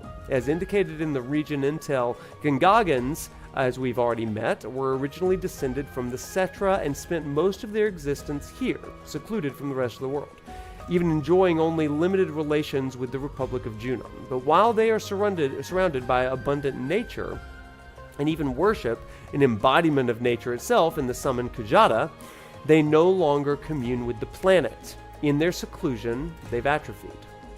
They've ceased to be Cetra, and they no longer relate to nature or other people in the same way. This culmination in the Gongagans' change in relationship with nature could be seen as the reactor explosion and the erection of the memorial by Shinra that we kind of all discussed earlier. It's not a shrine of remembrance so much as of forgetfulness. This is an interesting interpretation of this. Shinra set up the memorial in an attempt to make the problem of the reactor disaster go away. Also, while Cetran philosophy of death appears to have centered on rebirth and return, the Gongagans, much like the Corellans and other humans, focus on loss and distrust. The memory of the ways of their ancestors has been blown away, a stark contrast with the planetologists we'll see in Cosmo Canyon in a few chapters. Now, there are, however, pockets of memory present here. Cisne holds memories of Zack, Cloud, and Shinra in the events of Crisis Core, and her presence here in Gongaga is a kind of offering to memory. She stays so that she will not forget. Aerith, as we've already seen, holds memories of Zack. And when she went to see his parents, that was kind of a way of offering to that memory. She's motivated by seeing someone who looks like Zack, admits to feeling bad about stirring up memories, and hovering over it all is Sephiroth, the chosen, or the just one, right? Who refuses to let go of his memories and is using Cloud's memories to escape the planet's cycle of rebirth and enjoy a divine life. So, in a moment, we're going to see Tifa take a literal plunge into a lake of memory at the ruined reactor. And she's going to be forced into the Mako by Cloud and taken by the proto-weapon into the Lifestream. There she's going to experience parts of her own memory, parts she later admits to Cloud are from a time that's a blur to her, and a hint of what we're going to see in Part 3 with Cloud. Her journey into the Lake of Memory helps her escape an unjust cycle of misunderstanding in her relationship with Cloud, and that enables her to better stand by him in his own struggle with what's real. She's going to say, "You saved me before, now it's my turn," right? Now she also witnesses, and we'll get to this in a moment, this seeming war between two factions of the Whispers. That's something that we're going to get into a little bit later. Okay, so some interesting things here to kind of think about. This river or lake of memories, pool of memories, has some roots in Greek, but it also, has some wide-reaching things here in the lore of the Lifestream in Final Fantasy VII as well. So there we go. With that, why don't we go ahead and get to it? First, I do believe we have to talk to Singin' Yuffie. Okay. Where is that house? Yeah, that's right. It's right behind me. Thank our classic research assistants. They're killing it. I am So bored right out of my brain. If I don't die first, betcha I'll go insane. I've got nothing else to do. I'm stuck here wasting time. Just wait, oh materia, I'll get back on the road and make you mine. I am so... Nice song. Funny too. Nice song. Funny too. Wrote it yourself? Finally, someone recognizes my genius. Indeed, the amazing Yuffie is also a top-tier lyricist. Oh, I've got another song. Want to hear it? Sure. Here goes. I'll search high And low till I've gathered them all. I'll Have orbs piled up about 1 billion feet tall. Have so much materia, I won't know what to do. But until I can make you mine, I'll just patiently wait and dream of you. Isn't that precious? So fresh. Yuffie, do you know Hot to Go? Do you think she'll sing Hot to Go? Hottogo. Yuffie singing Hot to Go. Yuffie, do you know 2 feet? What's this magazine? Midgar style? Okay. Let's go take a sleep.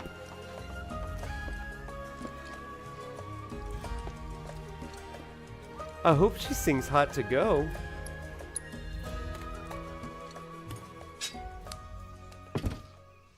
Alright, it's time.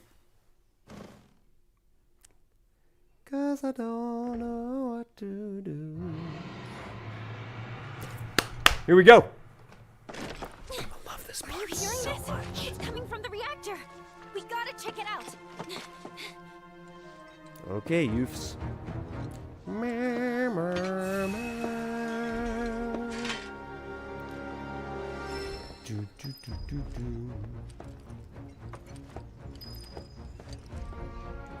Nice seashell, Cisne.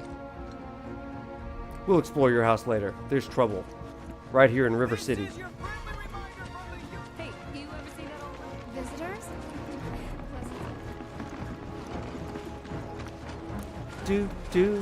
Do.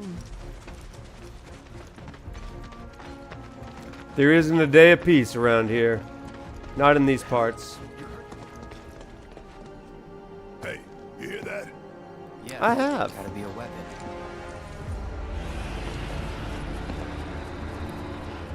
It's not that he can sing, he does sing. Wait. Whether he do you can or know not. Something about this? Could say that. Yeah. You've been hearing it for a while. For a few days now, Hmm. The Coalition tried to investigate, but some creatures kept us from getting into the reactor. All they did was fly around. Just the sight of those weird black wisps was enough. Mm. More than enough. No, ain't that something? Ain't that just the way? Yeah, of course. Why? Do you know what they are? They're back. Whispers. Well, this just got more interesting. So, when do we leave? You, young lady, are on guard duty. Oh, come on. I just want to help out. Be a part of the team. Yeah, because you've been a real team player. Keep an eye on her for us. I'll do my best. Let's just get in, take a look, and get out. Figure you, me, Kate, and Red can do that easy. Agreed? Agreed. That little hint of Sephiroth's theme and clouds. You guys hold down the fort. Dun, dun, dun. Yeah.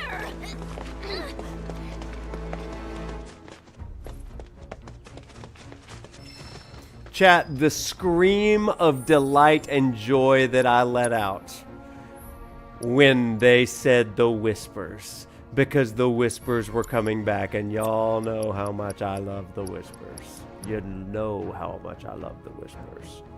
I love them so much. Do I want him to have Euphies? I don't want him to have Euphies. Let's give him Tiefs.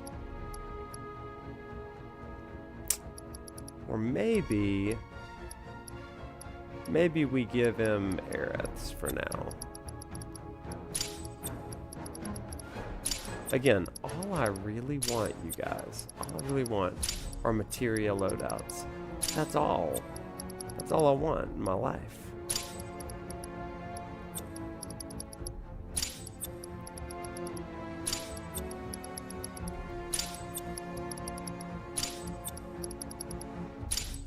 That's all I need in the old life. In this life of mine. Oh, I think I've done something terribly wrong. Fire. Magnify healing. Okay, we're all mostly good there. Okay, I think I'm happy with this.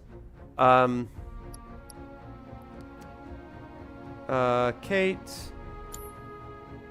I mean, I'm fine with Kate, I guess. Not with that busted materia, though. Let's just do this. Actually, no. Kate can have Yuffie's materia.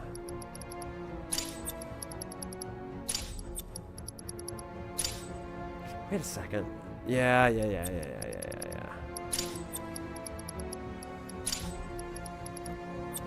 Okay, Yuffie.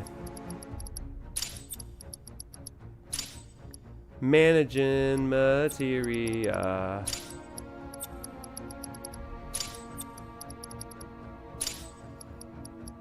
Nah, we don't need steel anymore. Maybe a revive on him, yeah.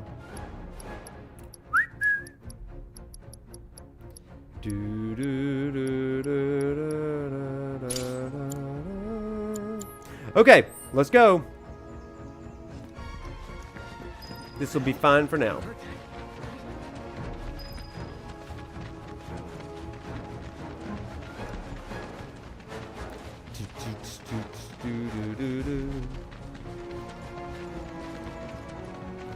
There's the reactor.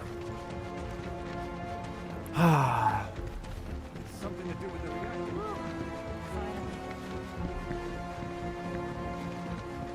Yeah, we really need those materia loadouts and row exchange. That's all I want. Even if it was just like take the entire row of materia and put it on somebody else, like I'd be happy with that. The captain filled me in. You can head on through. Thanks, bruh. This music is so intense and so good.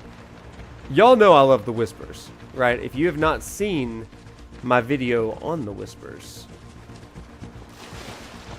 then you have some homework to do. Come again? What's a whisper when it's at home? An arbiter of fate. They appear when destiny is about to be altered, ensure it maintains its intended course. It's so good. We did once. But perhaps now they preside over a new fate. Ours.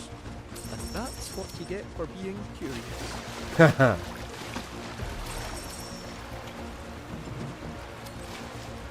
I just freaking love Gongaga so much, you guys. Dive! Dive! Oh, have you not seen the Whispers video? Oh man, it's the first Final Fantasy VII video I ever put out, but it explains why I love the Whispers and how they relate to It doesn't make sense. How does Cisne know about to Predestination, a religious studies philosophy. We'll see. Is this the best chapter? I don't know. I like it a lot.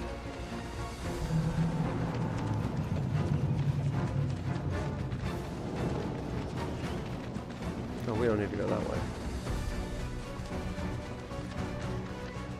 Oh, maybe we did need to go that way.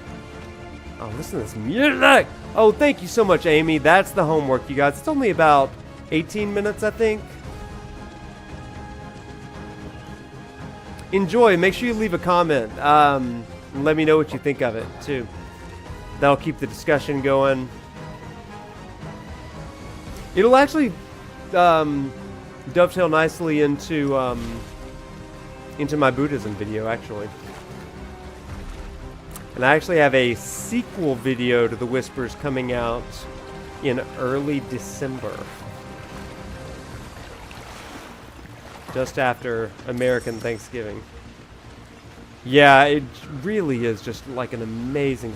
And look at that. Oh my gosh. See, you know, look at the beauty of this reactor here. God, what a freaking scene.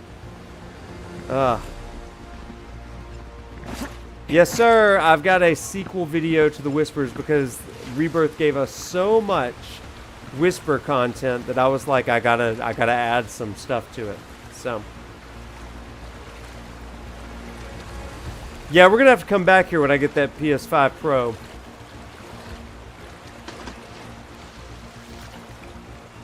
Yeah, I believe that they serve a very strong purpose, and I explained that in my video on them.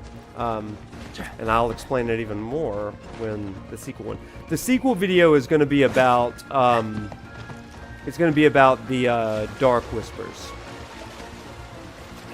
and explaining some of that stuff. It's been exciting because I've gone through all of these interviews with all of these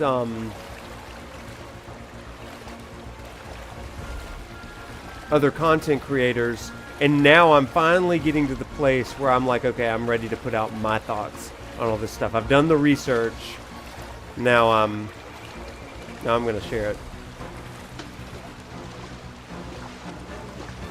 Oh yeah, how are you liking dynamic mode? My first playthrough was on dynamic mode, and there were parts of dynamic that were really challenging.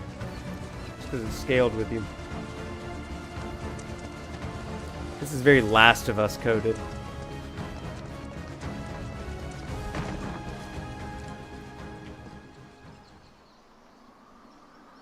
Yeah. We have a night, the Tuesday before American Thanksgiving. I'm going to be working on the platinum. What's good for life is great for reactors. See your way in.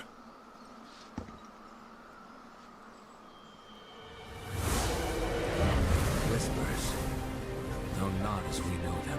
Gosh, I love this part. How you figure?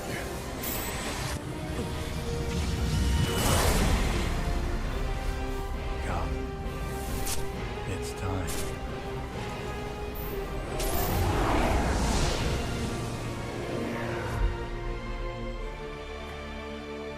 Let's follow him. Come on. I think it was Pierre, but I don't know. I don't know enough about dev stuff.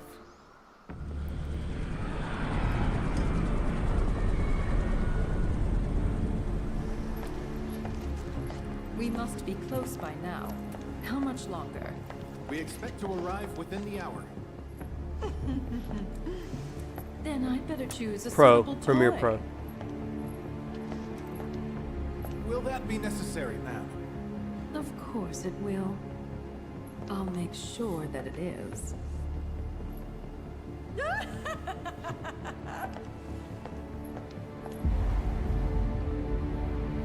Ooh. One of my favorite songs in the whole game, because I love that Whisper theme, man. And this version of it is a little bit more intense, and I really appreciate it. One thing about hard mode in this one, Drum, is that in the open world, benches will replenish your MP, which is really good.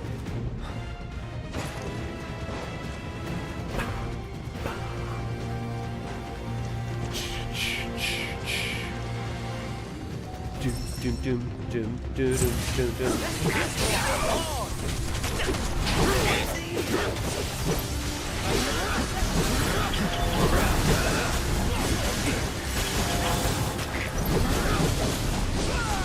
What are they weak to? Fire? Of course they are. They're all weak to fire, and I don't have any. It's on you. I'm gonna need to do that.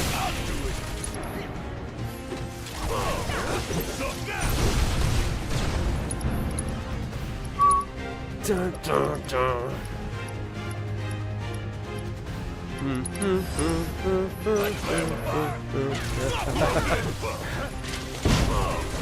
Hey yo!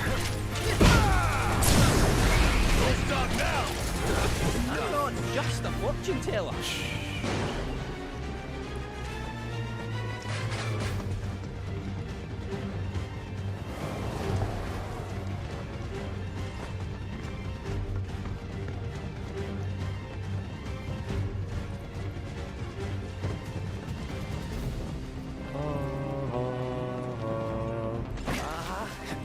Wonder, that's good. It's just a little while.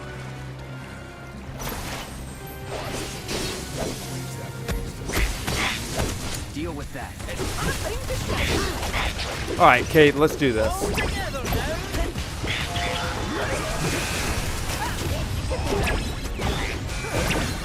Get him, Kate. I love Kate Sith. I love his fighting style. It's so fun. It's so freaking fun. Big fan. Okay. Power cable. Where is the power cable? Ah. Dun, dun, dun, dun. Sonon. She was instrumental in killing Sonon's sister.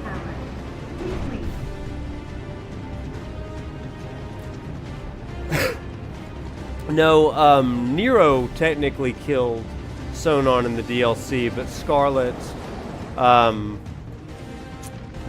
ordered an attack on Wutai specifically, and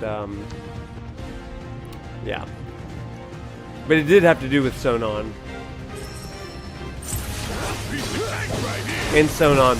Yeah, Scarlet also tried to kill both of them with her big mech. The Crimson Mark or whatever. It looks like the Proud Cloud though.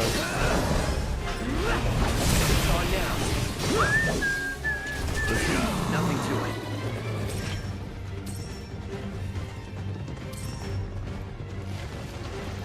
Nothing will ever be like that one time that I fought the final Sephiroth boss with no materia on Kate Sith. Because I forgot to equip him after he rejoins the party in chapter 14.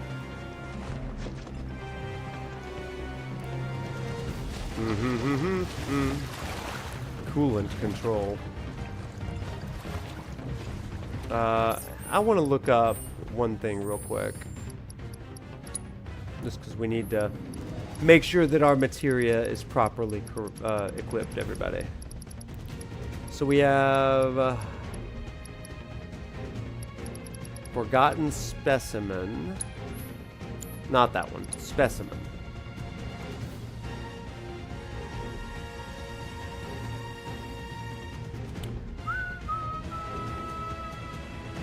So this is ice.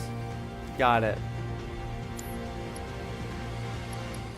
And then she... Oh, we never did this for her, but I bet it's lightning. Right? So we need to equip ice on everybody. Got it.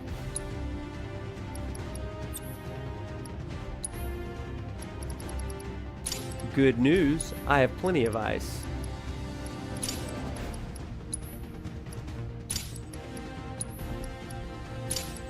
shout. Oh, got to give a shout out to my boy Blitz, who has created a hard mode cheat code, right? Where you have stacks of magic that's all the same, and I put HP absorption. He doesn't suggest HP absorption, but he also doesn't get hit. I get hit. HP absorption, MP absorption, magic focus, and elemental materia. These 4 things, you're never going to lose your magic ever on these guys. Because as soon as you use it, you're going to absorb it back. It's so OP, you guys. It's so OP. It is the way to do it. And Kate... Oh, well, we need to give you one of these. Moogle decoy. No, about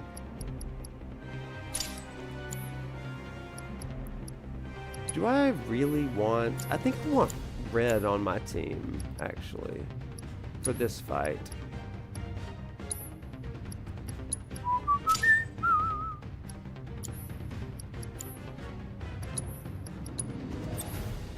Okay, you got wind. Let's give you some ice.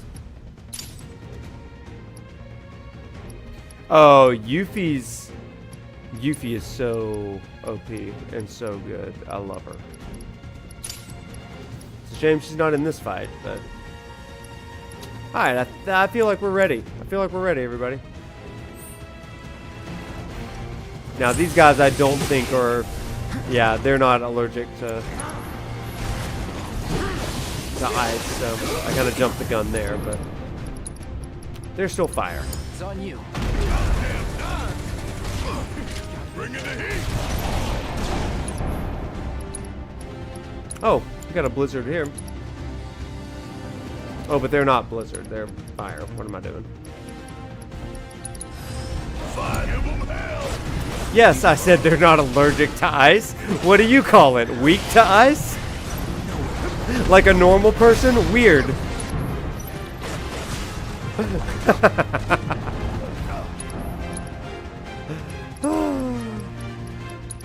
I don't know why I always say that, but I'm like, oh, they're allergic to ice.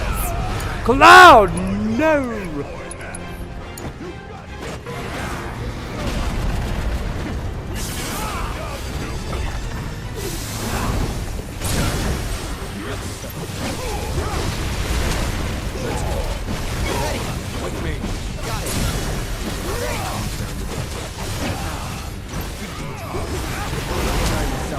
Got him, baby. Good job, Rude.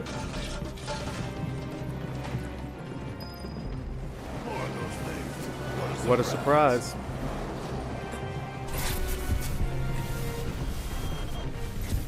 Perhaps they want us to follow them. See, they're being very clear here, chat, that the Dark Whispers are activated and manipulated by Sephiroth. Love it. Oh, it's obviously over there.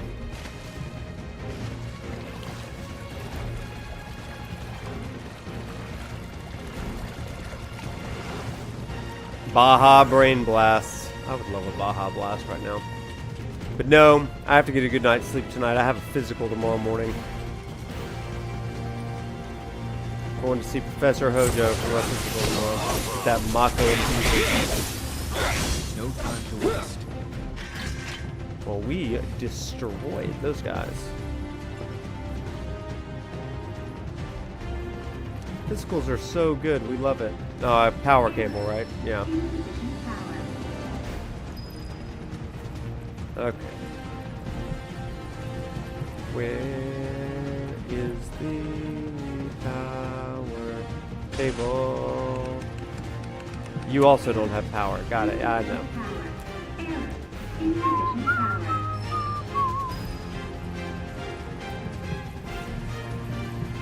Oh, there it is.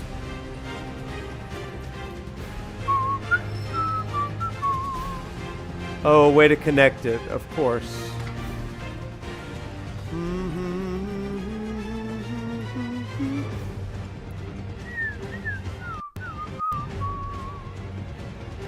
You just have to move things.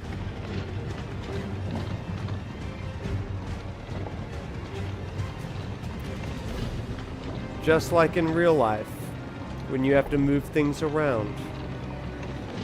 There's a lecture in that, isn't there, chat? Oh. No. Not yet.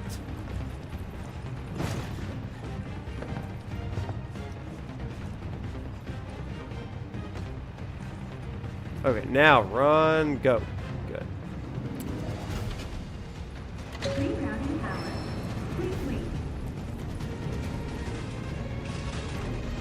Alright, to the water! This is just like the water temple, you guys, in Zelda. I agree, Drum. It doesn't bother me either. Like, it's a good change of pace. I don't mind it one bit. But I also didn't mind, Kate Sith Star QB chapter either.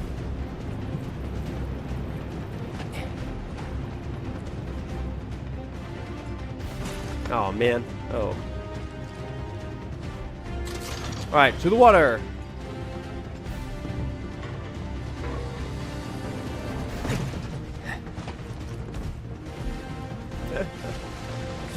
So, Drum, I have replayed that particular chapter 4 or 5 times to get some specific items in that one.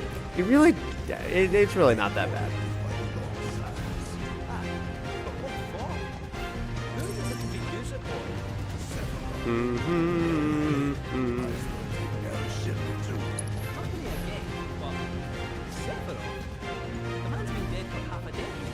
Maybe. But he's back now. And you'll be seeing him soon. There we go, baby. Stranger by the minutes. First, materia. Subversion materia, which makes me wonder if I could use subversion on this guy. I'm so glad they gave me items. Yeah, Drum. What is wrong with you people? You seeing this? Since the plant went offline, the whole place has been filling up with Mako. Which means the planet ain't done. We were right to take out those reactors. I wouldn't go that far. Let's get to work. Too much Mako here.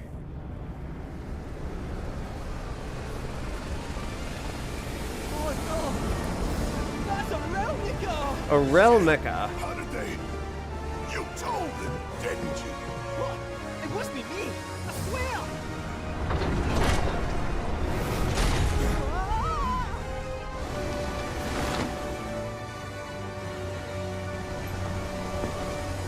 There she is. Well, Mako attracts all kinds. Gnats and vermin included. Scarlet!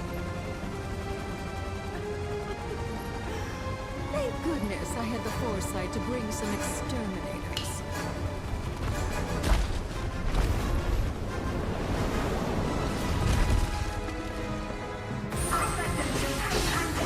Ooh-wee. What are these guys? Of course they're weak to fire. That makes sense.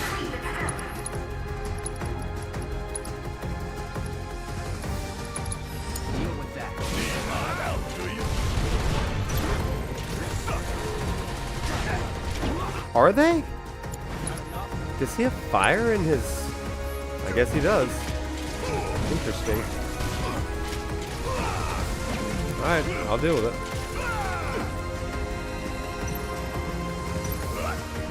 Yeah, there were a lot of poison materias in that one.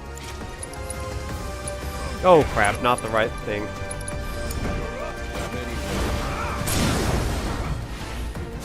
Go Red, go!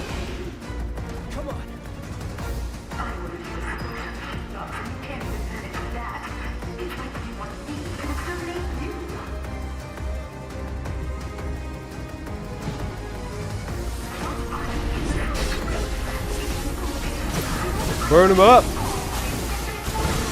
Let's go, let's go. Oh, no, no, no, no, no.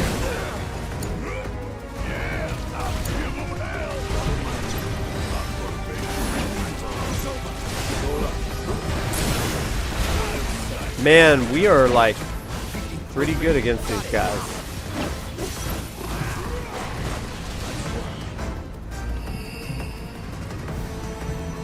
Oh, crap. Maybe because they come back to life.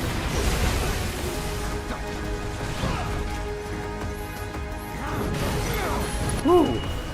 Oh man, he went after us there.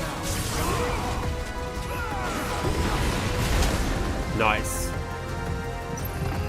Come back to life? No, you don't.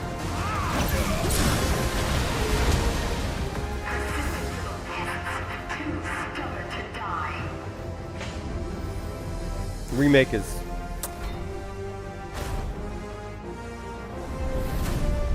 Oh my gosh, you guys, I love it.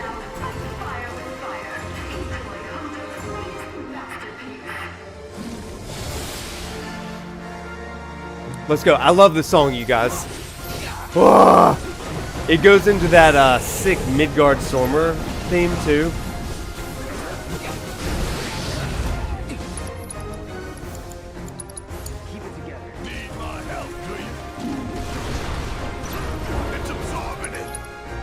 No, it's not.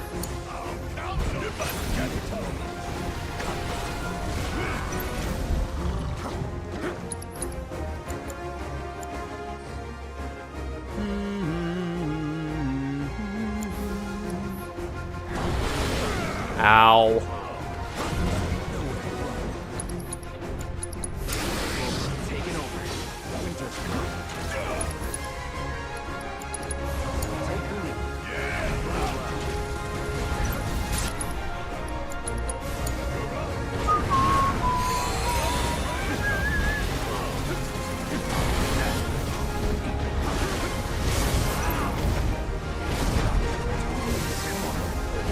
Heyo! I got you. How about a snow flurry? There we go. Keep going, baby.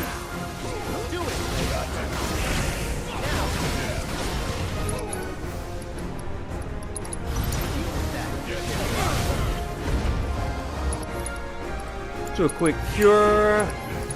And let's do a snow flurry again. Ow. And let's do a Blizzara.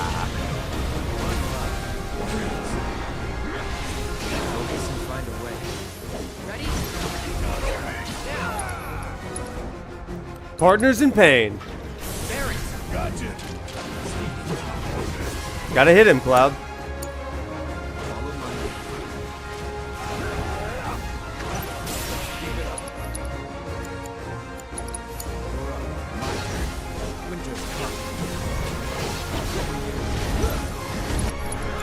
How about a Blizzaga?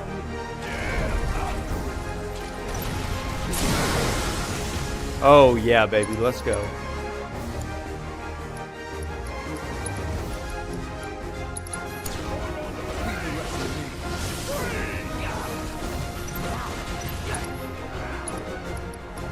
Ooh, chilling roar.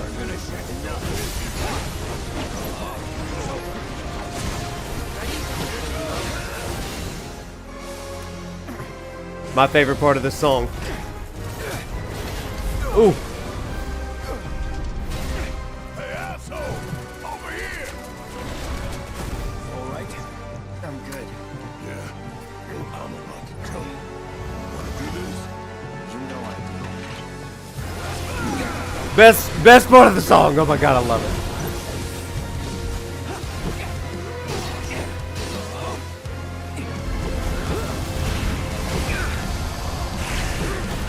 Oh, no, you don't. Let's go.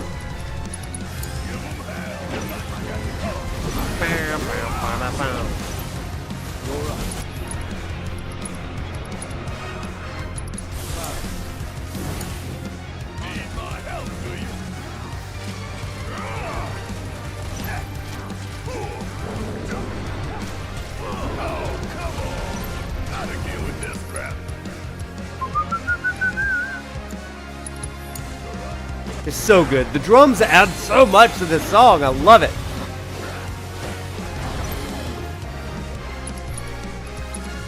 Got a little Stardust Ray, baby. Oh, he missed. That's okay. We got him. Get in there. Stagger. Yeah. Let's freaking go. Finishing touch. Let's go.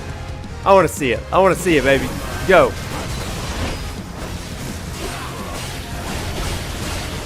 Look at that. That's so good. You did it. Oh my gosh. Perfect way to end it. Perfect way.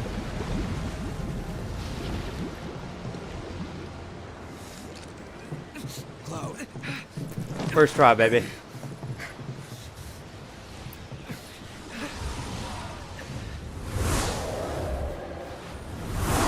Now, the whispers.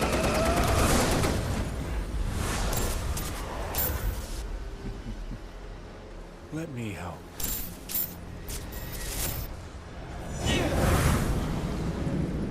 No one had faith in me.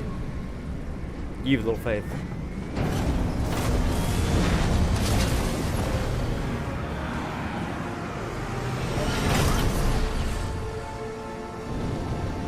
Well, as amusing as this has been, I have material to collect, so if you would excuse me.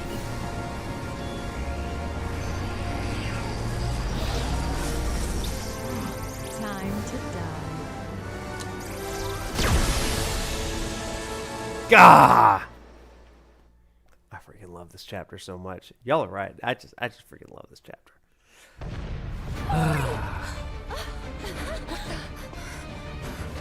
Well, Nikas, when did those get here? Oh, it's girl power. Hurry and get ready. Girls from Gongaga. The stables.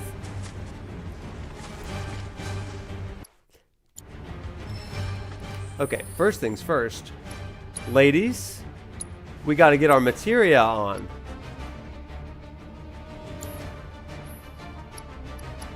Aerith, you're going to be mostly fine.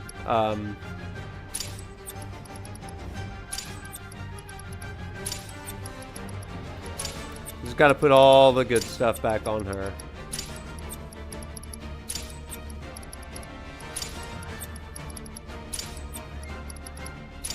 Again, a loadout would be supreme here. Oops. Yuffie, I think all of your stuff goes to Kate Sith.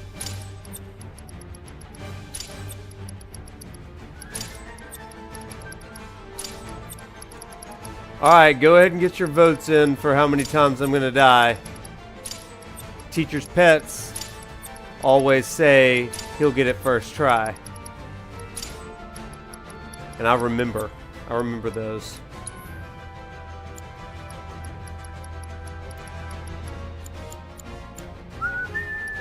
We're gonna go ahead and assess her while we're at it. Tifa. I guess we'll swap with Cloud here a little bit.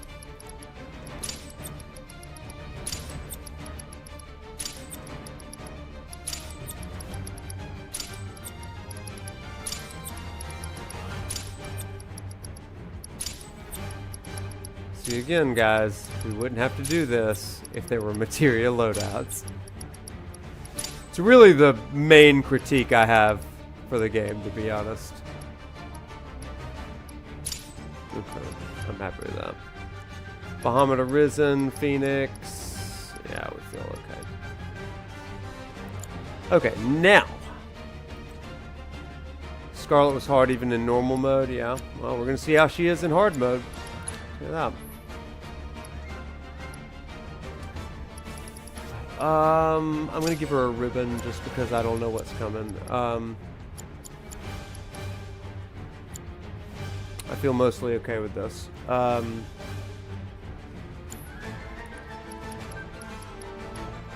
Okay, I think we're good. Alright, let's go. Oh wait, no, we're not good. We're not good. I forgot the biggest thing. The biggest thing was transfer ice to lightning. That would have been disastrous. I mean, don't get me wrong, I totally would have still beaten it.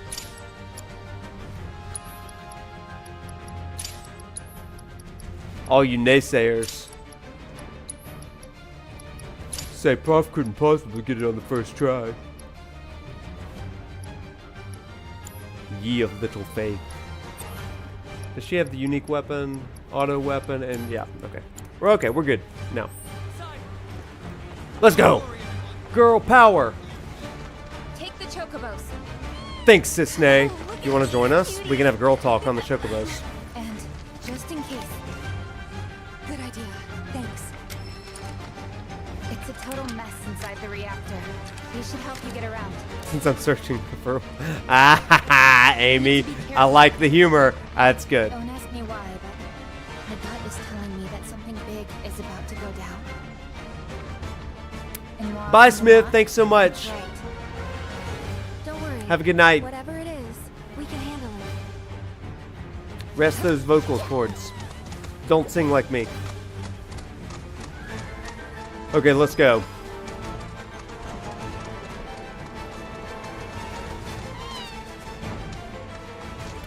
Mushrooms! Yeah! Oh my gosh. Guys, do you see this freaking scene here? What? What a freaking scene this is.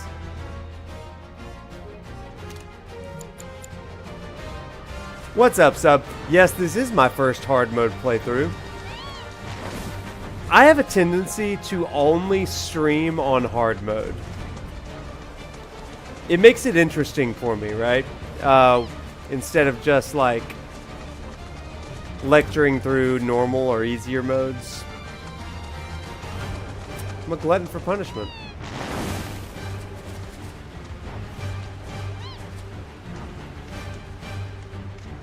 Am I ever gonna pet the chocobo chick?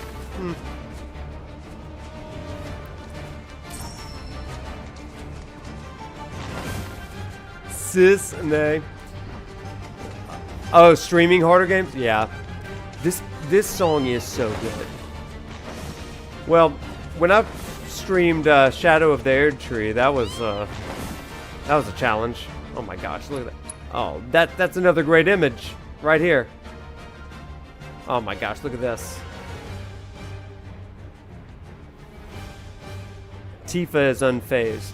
It's always time for a photo mode in Lies of P.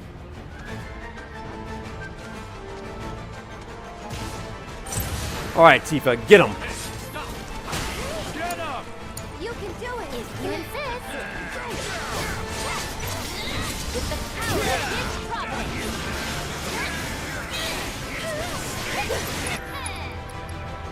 Fire and doppelganger.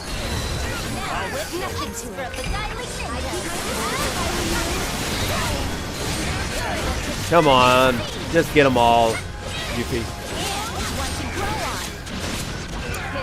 Tifa, hot to go. H-O-T-T-O-G-O.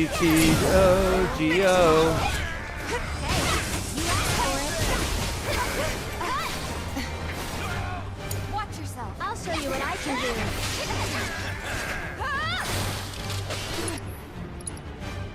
I don't want to use too much magic here, but Tagging out. You're in goodness. it is optional. You don't know how to go? So what do we do now? Now we climb. Now we climb. Just like Miley Cyrus said.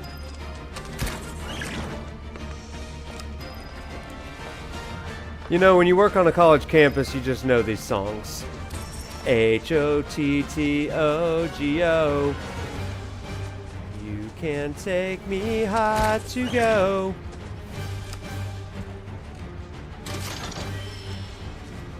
Good job, everybody. We're jumping down now. Okay, this way.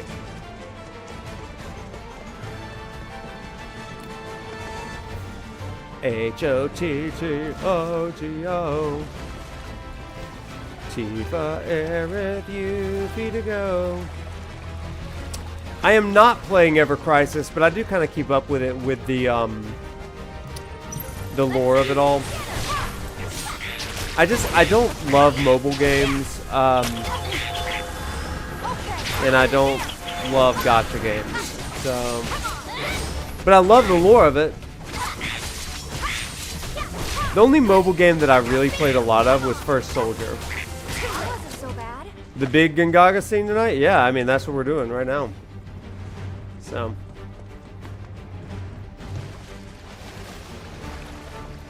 I am Chrono Drifter. You know me well. Come on, girls. Not with our grappling guns. Not with our grappling guns.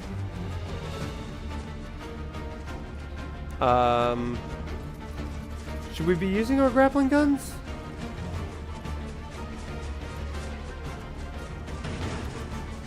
She seemed to be saying we didn't need to swim because we have grappling guns. But that's okay. We're gonna do it.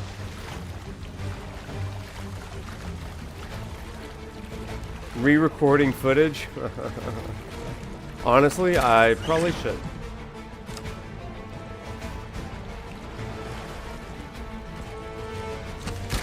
I mean, honestly, my footage from the YouTube, or excuse me, from the Buddhist video, it's going to be obsolete as soon as I release that video. It's upsetting, really.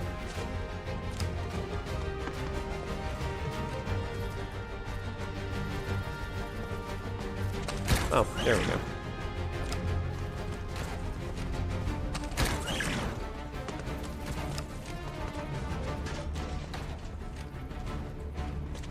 That's what I need over there. Oh, crap. Oh, crap. What have I done? What have I done with my life? What a fail. Alright, get over here. We're gonna bounce. There we go. Oh, I didn't even have to fight that guy.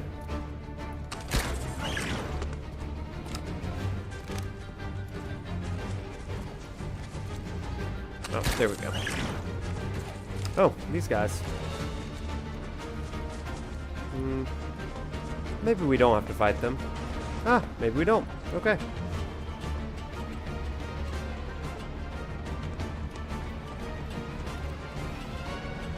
Okay, where is that? There it is. This seems too easy. Yep, that's what I was thinking.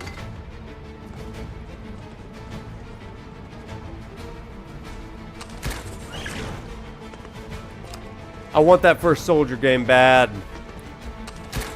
Do I think they might surprise us with the DLC? Good question. I hope so. I think that'd be awesome. I wonder what it would be. Maybe like a Vincent backstory? Or what if, oh, how disappointed would you be if it was like a Sid side story, but it was like Crazy Taxi, but you had to fly around the world in it? But it was like a prototype for like their open world stuff. So you're just flying around in the plane helping people, delivering them like Crazy Taxi. I'd play a Crazy Taxi Sid Highwind game. That'd be fun.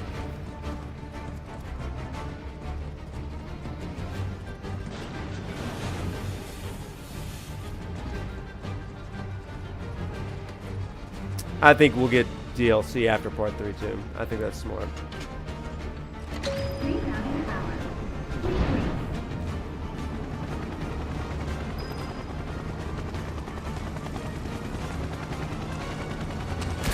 Alright, let's do this.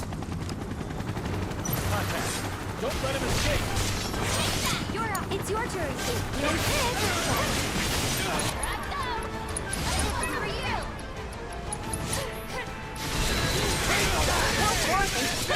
A Zack DLC would be awesome, actually.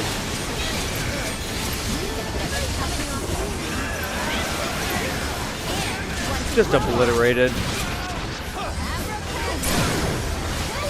Just obliterated around here. What? Look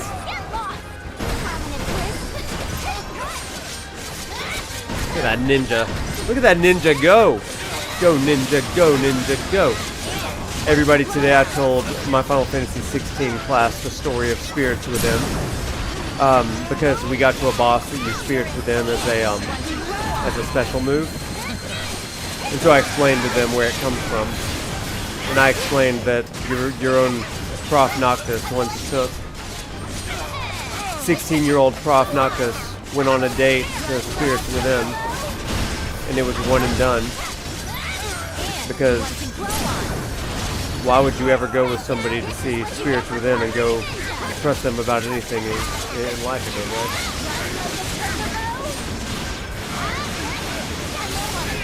Yuffie is like undefeated. So freaking good. Anything about this? C-O-C-H-I? C-H-O-C-O-B-O. We all run like chocobos. Oh my gosh, Nier, you're my favorite. That is so good. What? New song for me to sing? What? You should have never done that. Crap, I've gone the wrong way. The Chocobo song got me all out of sorts.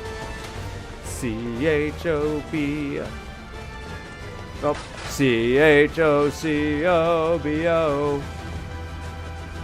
We all run like chocobos. Alright, man. We're taking the long way. No need.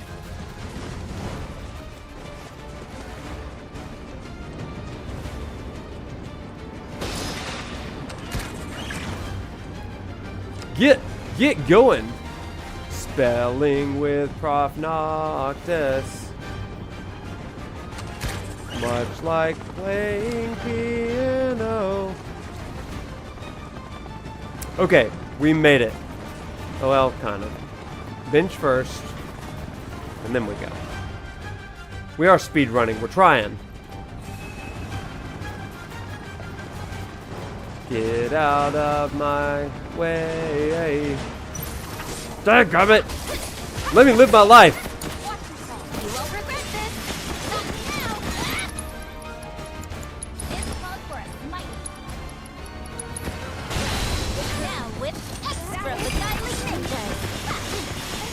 Extra beguiling ninjas. Oh no, Aerith's down. I'm not really worried about it.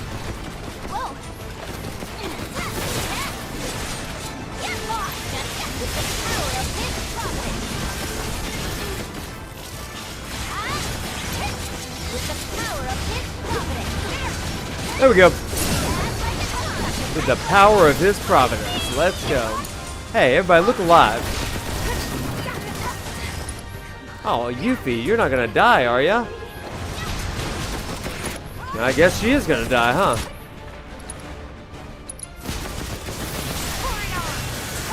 Woo! Are we all gonna die? Yes, we are. This is exactly why I didn't want to do this. That's why I was trying to run past them. Finally. Oh, stop it. Oh, she doesn't have any. Okay, fine.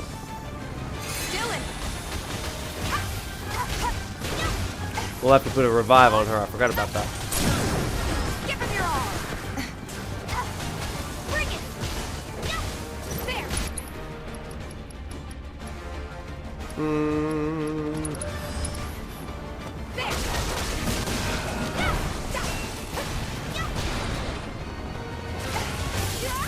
Oh no! Stop paralyzing me.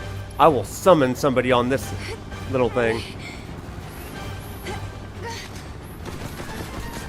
Stop shooting me. Stop your shooting.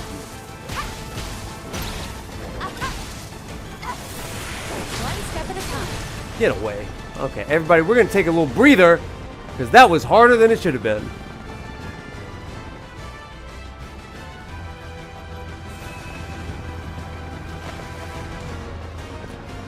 I really need a shower. I would kill for a shower right now. Okay, where's my...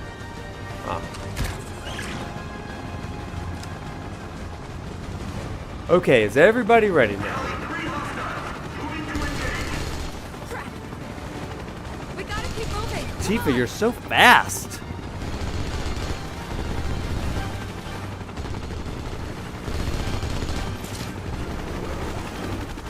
Oh, it is on like Donkey Kong.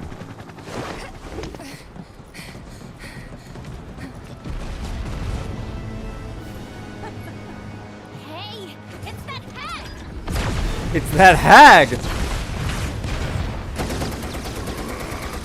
Bear to the rescue, buddy. You alright? What three of us are? Cloud! There's no escape.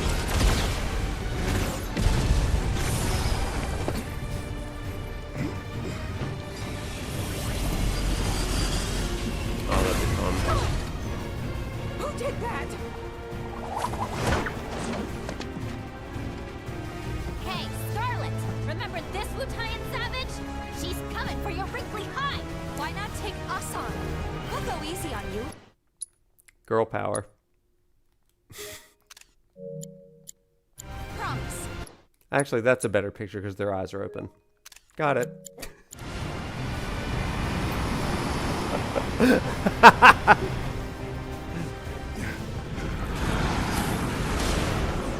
This is how I do thumbnails, everybody. Mocking a person's physical appearance is tacky and beneath me. Instead, I'll simply cause you all into Oh, let's freaking go! Can you take over for me?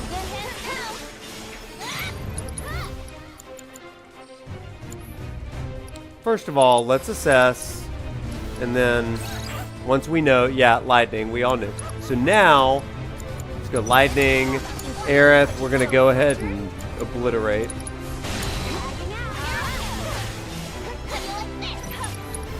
Go ahead and get a doppelganger here. And Tifa.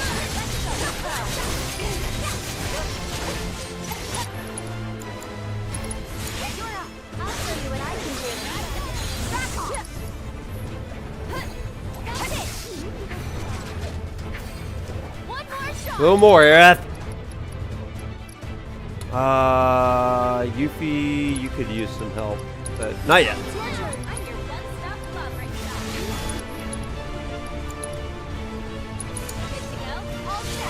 Hot to go. Chocobo. Ooh, ow, ow, ow, ow, ow.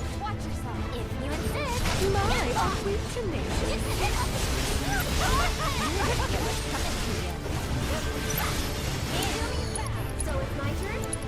Can you take over for me? Let me handle this. No, you can't. Get him! You're up. Here goes. One hit. Hey, on it. Ow, ow! I'm your big shot. Come on, girl.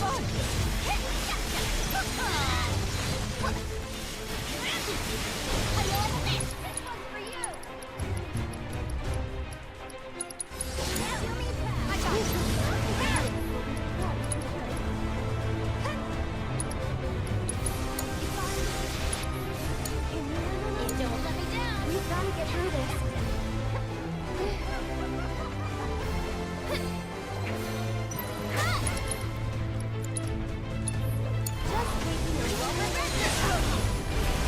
Crap. Pastime that I got. Hands on and ground your faces into dust!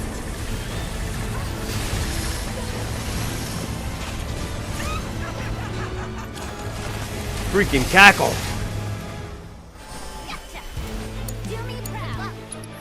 Again with the drums, you guys. Again with the drums. Ooh.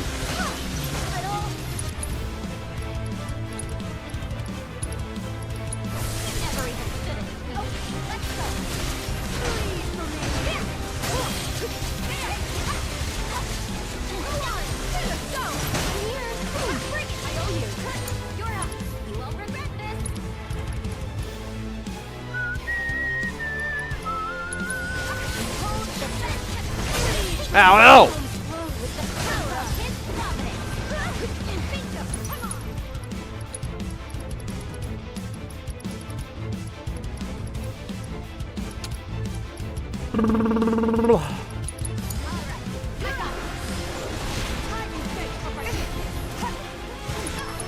Ow!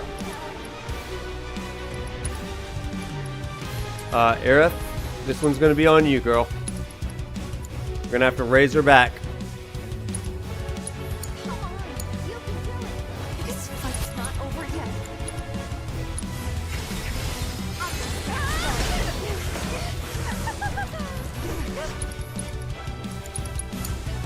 I'll show you what I can do.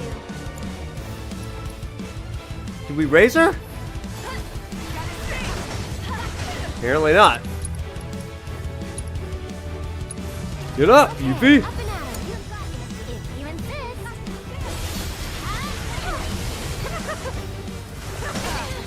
Ow!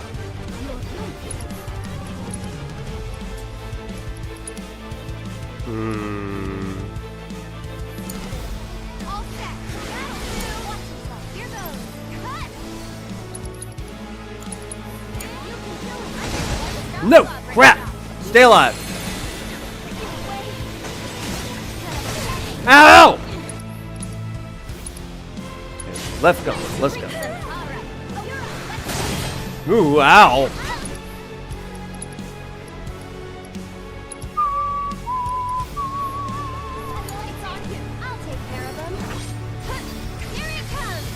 Crap! There she is. Woman. Ooh! Don't let her do it!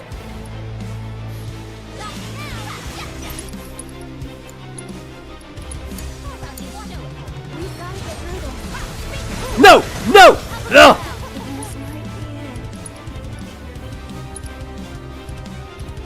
That's right, gauntlet now.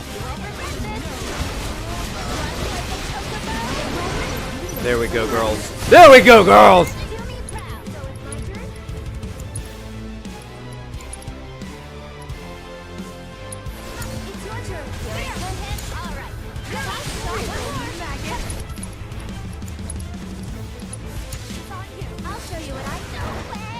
Ow.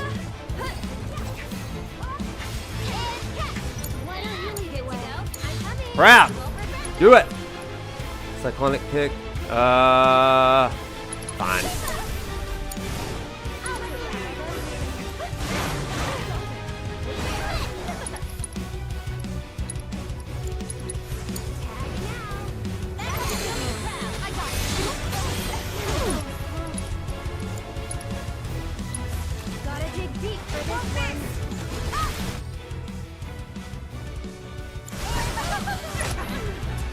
Aerith!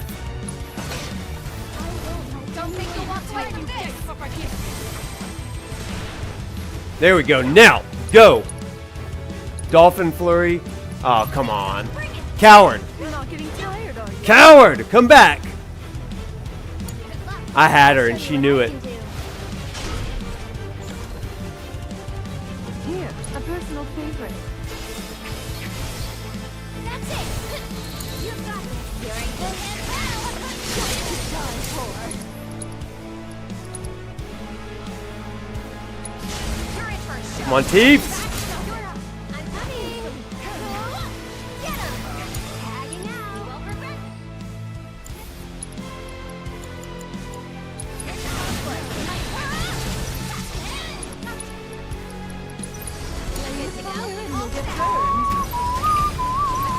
Get in there! Up to you. I'll show you what I can do. Why don't you leave it?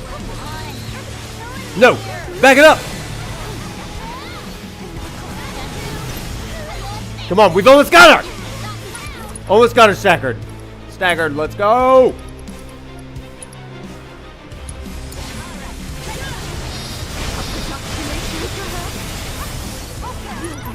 Get mad! Get mad!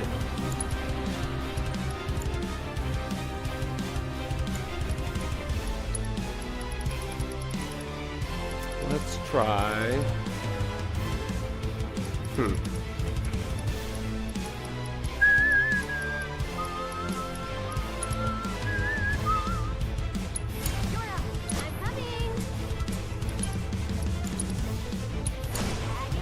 Okay, now. Stagger, stagger, stagger, stagger!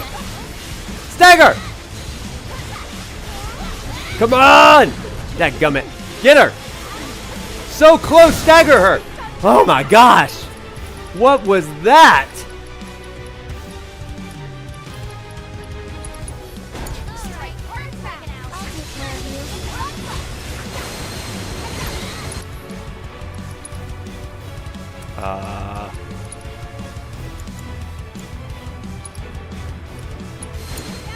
I'll take care of this.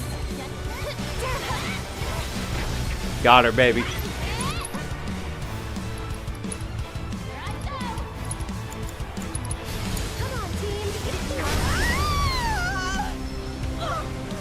Worthless hunk of...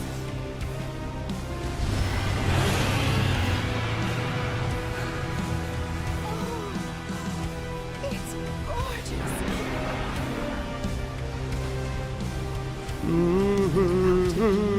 Oh my.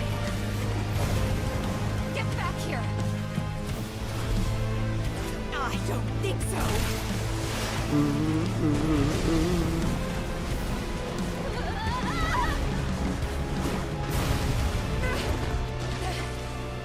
Eric, Dadgummit.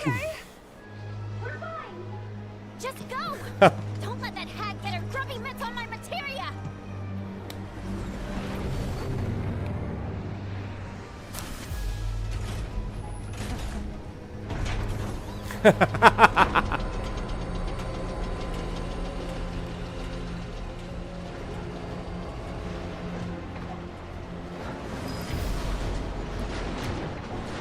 Chat, for just a moment, I do want to show y'all something.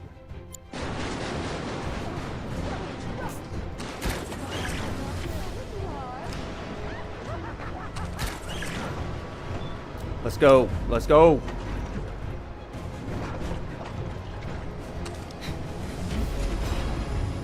Learn some manners.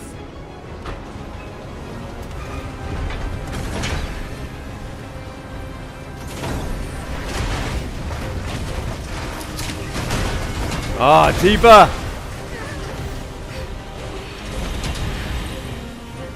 Tifa! Lie like the neck you are. Come on.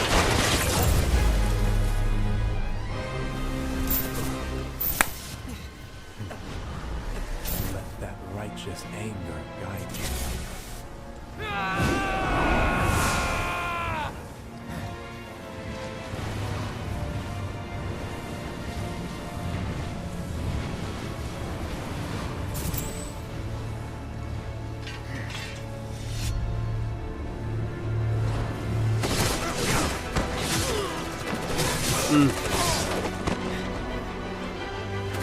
God.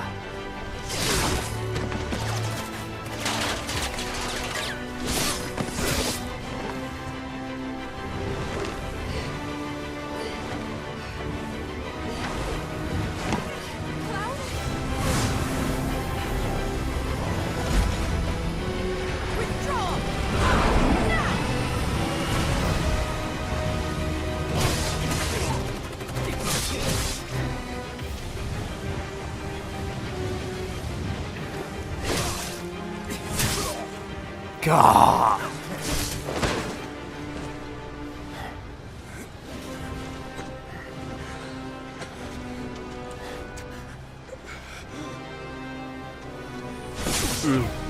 God. Oh. Loud! Stop! That's enough!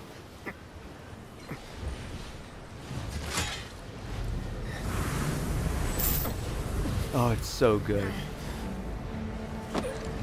The smirk, all of it. It's okay. They're gone.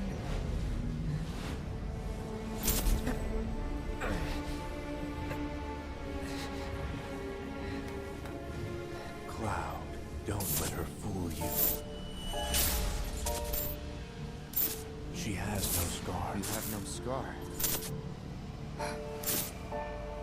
She's not You're not Tifa. Tifa. You can't be. We've been over this. I do have a scar. I showed you, remember? Liar. Oh.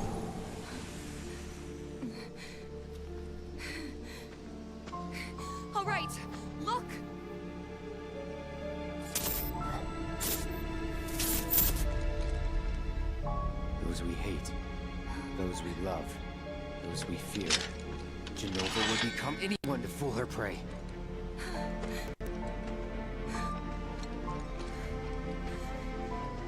Don't do this!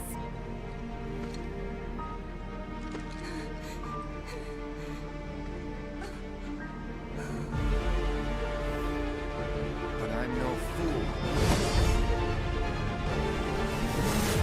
God.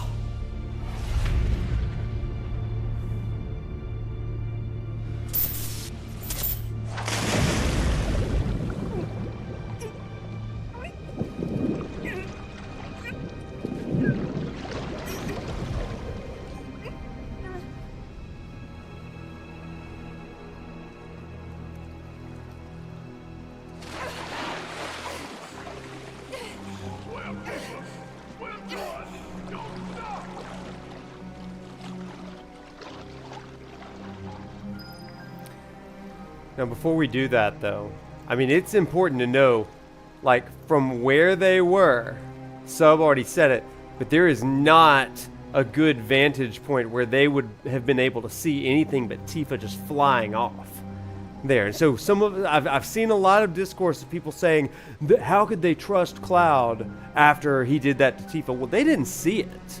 They didn't see that part. They just saw her flying off the side. And I think that is really, really important to note.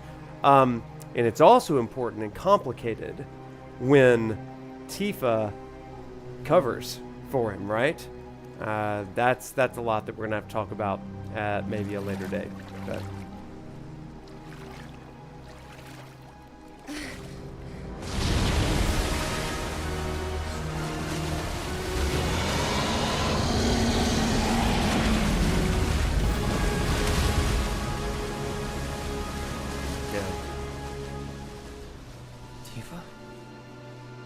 say it with me. All right, look.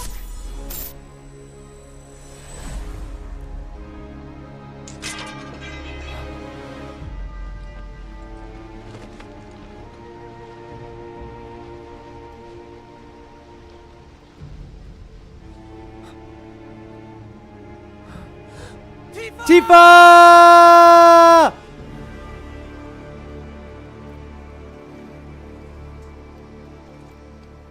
Good job, chat. We did. God, the chat is killing me. Pumpkin. Mom?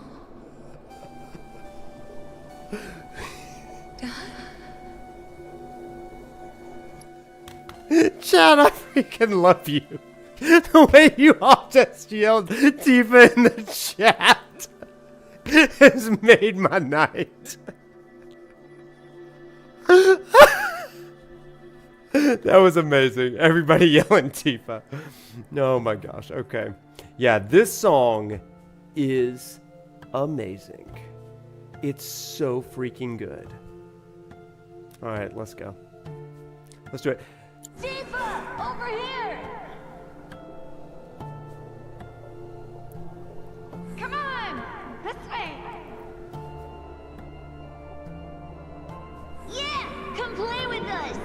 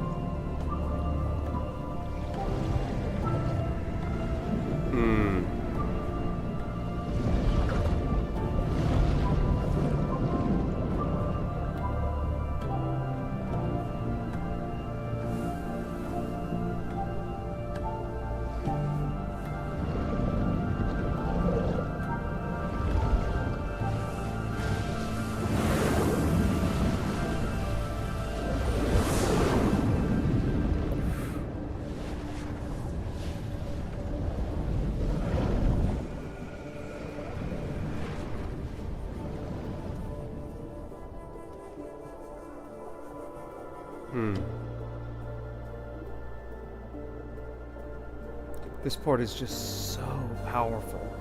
You see the white whispers going along, but then you see the dark whispers up ahead.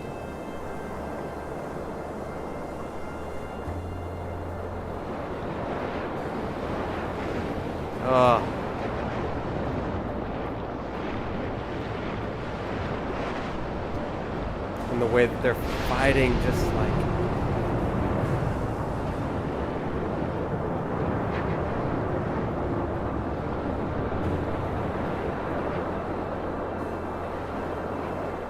Are the whispers fighting? Where are we? Now, Chad, I wanna kind of mention something here. So in my first video that I ever made for Remake, it was about the whispers, and it was about Predestination. And I get a lot of questions about the whispers, and people really want to know why I like the whispers, why I appreciate it. And if you haven't seen, like I've already said, if you haven't seen my video on the whispers and Predestination, that's going to clear up a lot of things. But here's what I want to share with you now. People struggle with this idea of defying destiny. And if the planet already knows, like they have this confusion about Aerith and Sephiroth having knowledge about the future. But here's the way that I want to share this with you tonight. It's like this. In religious studies, we talk about the will of the divine, or the will of the deity, right? The will of God in Jewish and Christian traditions. And that will of God goes from beginning to end, right? And some traditions refer to this as the book of life, that everything's recorded from the beginning of time and existence to the very end of time and existence, and everything is kind of charted and set course. This is a huge tenet of a type of theology called Calvinism, right? It's not exclusive to Calvinism, but it is a major tenet of that there is a predetermined, predestined path. And this shows up in Final Fantasy VII Remake especially because there seems to be a specific will of the planet. A specific will of the planet that knows what is meant to happen. And that's the way that it's always been. Now, generally, the will of the divine is unknowable. And in the same way, the will of the Lifestream is unknowable. Except for those that can hear and listen to the planet, the Cetra, the Ancients, Aerith, and those who, for some reason, are able to withstand the planet's absorption upon death. That is Sephiroth. When Sephiroth died 5 years ago, fell into the Lifestream, he resisted its pull and refused its absorption. And while he was there, this is what the original game says, he was able to travel the Lifestream, and he was able to discern and learn all the wisdom of the Ancients.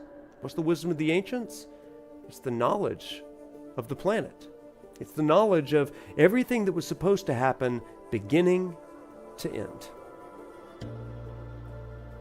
And typically, a predetermined path cannot be defied.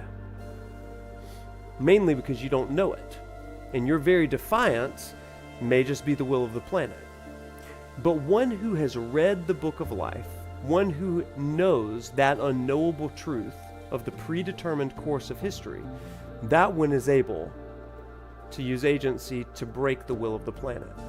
This is depicted in these two types of whispers. The white whispers are trying to preserve that predetermined foreknowledge, the providence and the preference of the planet. But Sephiroth has co-opted some of those whispers and turned them dark. Jenova has manipulated and caused the planet to be deluded itself, so that the planet is actually working against itself. But it's not the planet working against itself, it's Jenova's co-opted whispers, manipulated by Sephiroth and Jenova, that are confusing the planet. Cloud isn't the only head case in this game. Cloud isn't the only one whose memories and mind are messed up. The planet itself also has messed up, muddled memories from Jenova. And that's what this battle is about. It's the will of the planet and the preeminent Sephiroth knowledge fighting the planet's will. Does that make sense, everybody? This is also the #1 reason that I refuse to believe that this game has to be a sequel. A lot of people say that it's a sequel because characters know things that they shouldn't know. Things that have, quote, already happened, but that's not necessarily the case.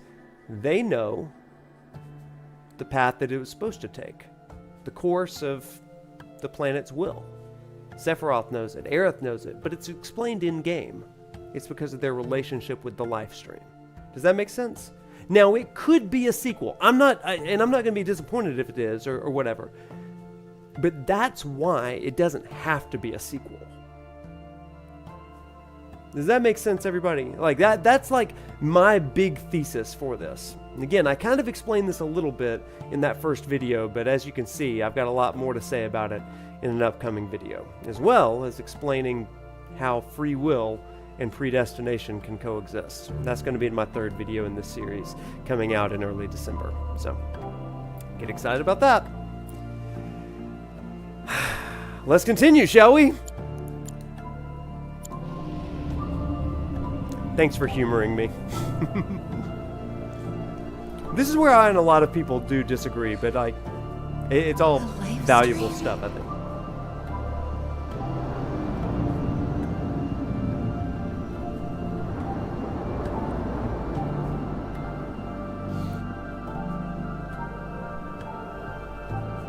Fragmented space-time, sure. All right, let's begin here.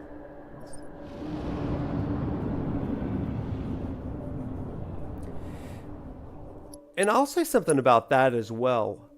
Sometimes when you see or have visions, a glimpse, those thin spaces where the veil is pulled back and you're able to see a little bit of what the will of the divine is, you don't fully understand it. And so when Nanaki sees this idea of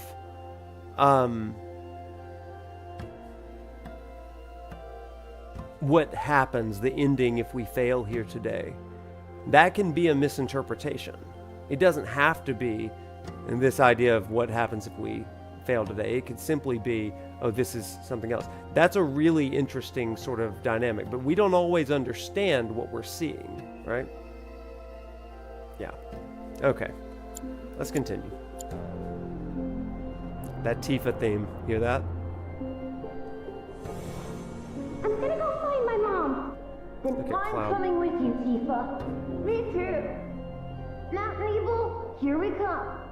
Okay then. Thanks, you guys. Hey, look. Think Cloud wants to come too? Cloud? Come on, let's go.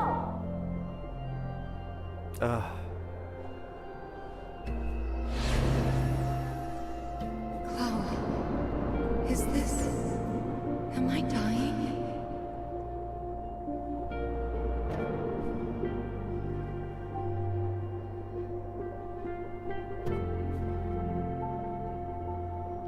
Just want to take it in.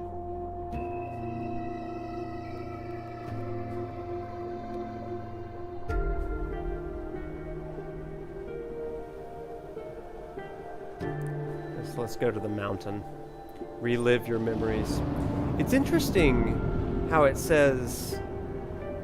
I'll speak in a moment.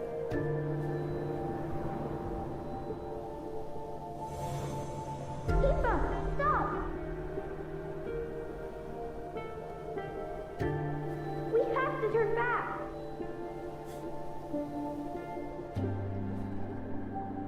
You're not gonna find your mom here. She's gone. Cloud, please. I need you. Mm-hmm. Oh, God, that crushes me.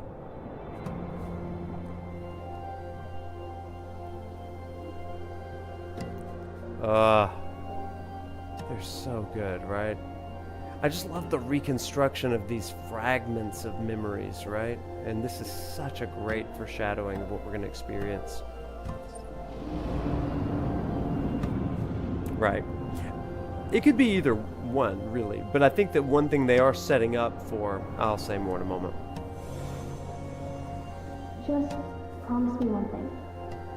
When we're older and you're a famous soldier, if I'm ever trapped or in trouble, promise you'll come and save me. Huh? That's what heroes do. They save people. Please? Just once. I don't... What is this?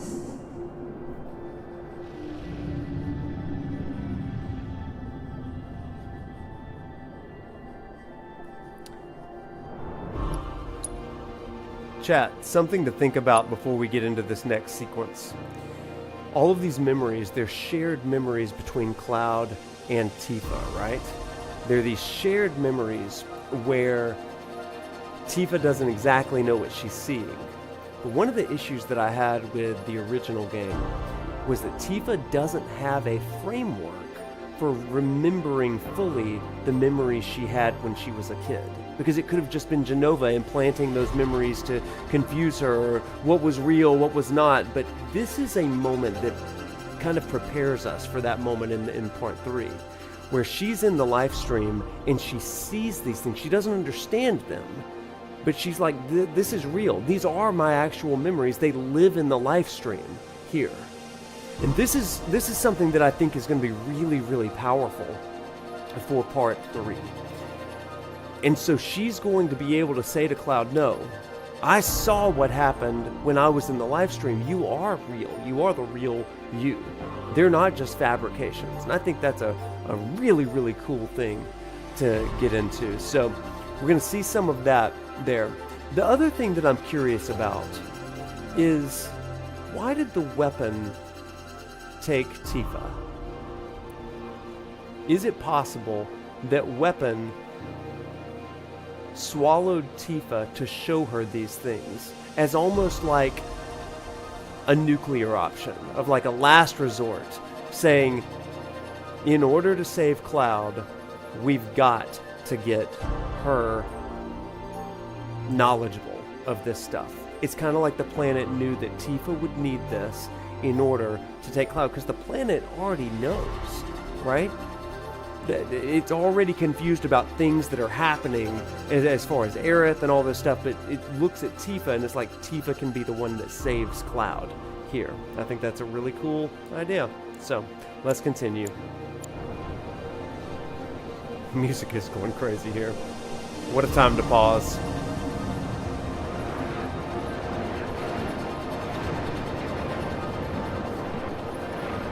Yeah, it doesn't seem malicious. It wants to show her this stuff. Which, again, oh my gosh, chat, I got so much to say. So much to say.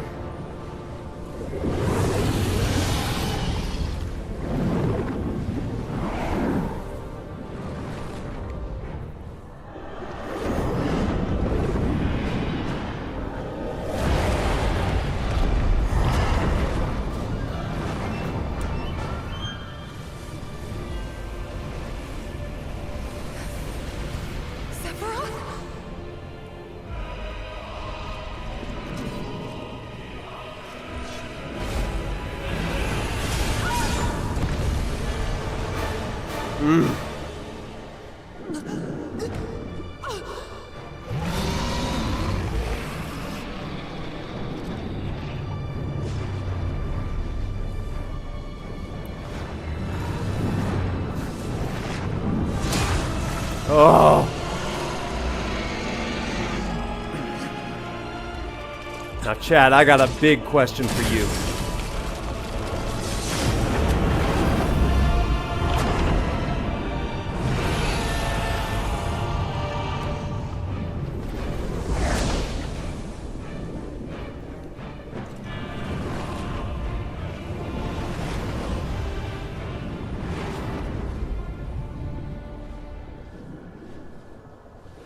Stay strong, Tifa. Zongan. You'll make it. But not if you give up. You have to want it. Fight for it. Hard as you can. You need to get up now, Tifa. You can't die here. Too many still depend Ah. on you. Come back to us, Tifa. We've got a fight to finish. Oh, God, chat. Aerith.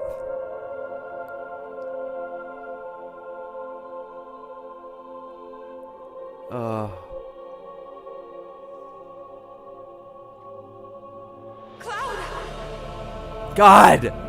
Just the framing of this is so good. Your words can't reach him now.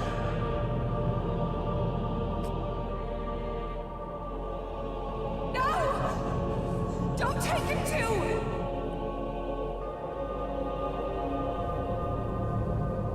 Oh my God.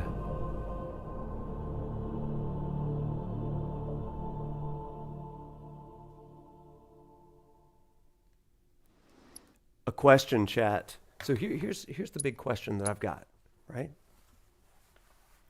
If every time we have seen Sephiroth has been a manipulation of Genova, of those that bear these Genova cells, these S cells or whatever,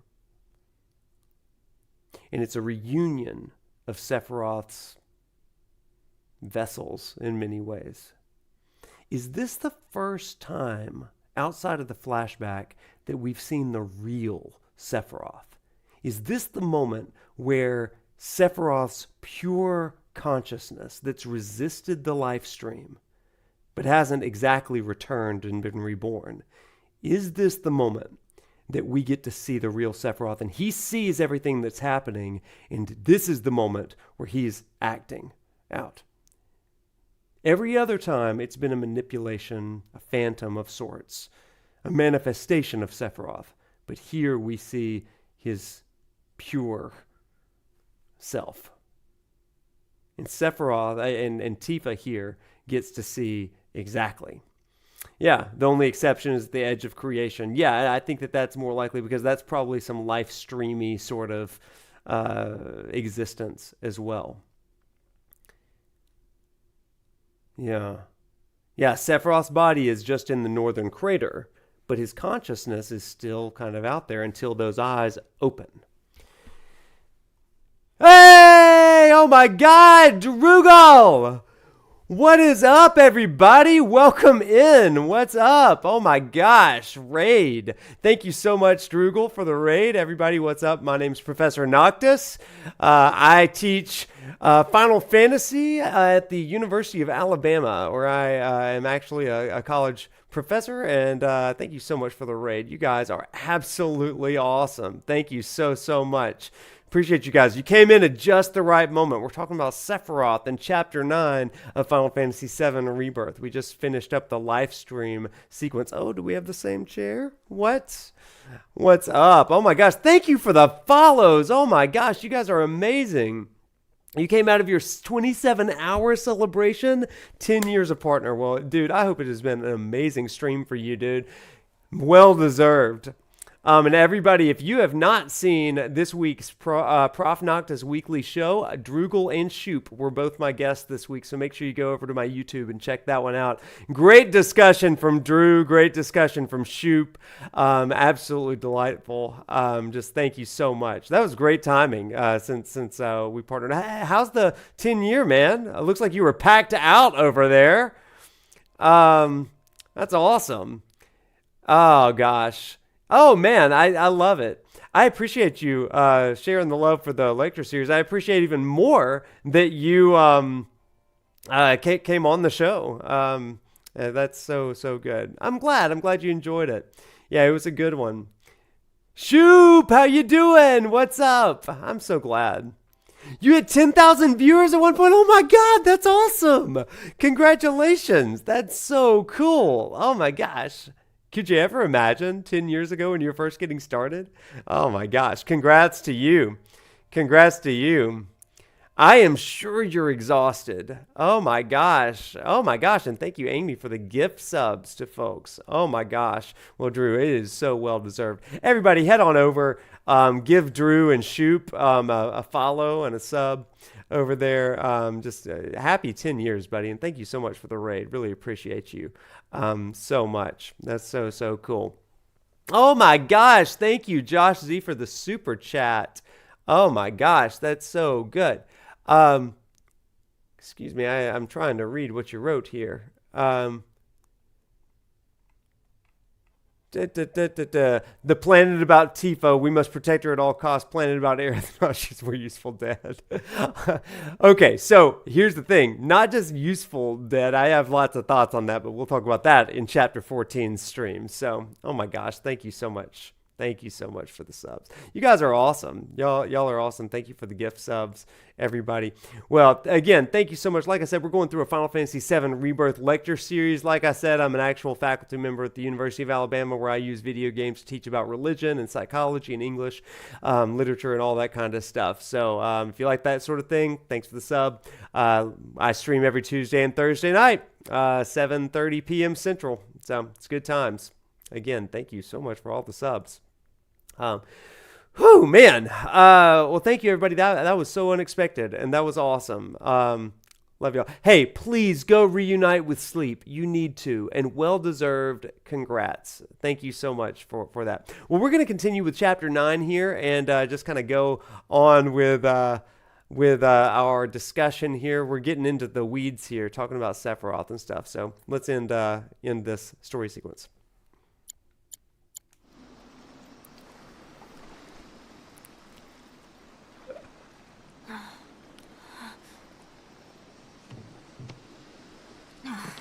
Can't see anything down there.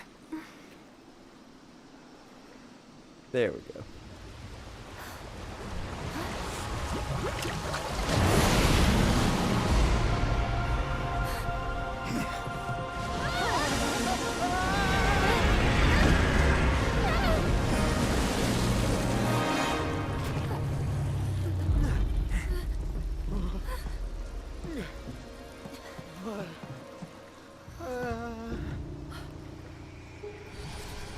Tifa?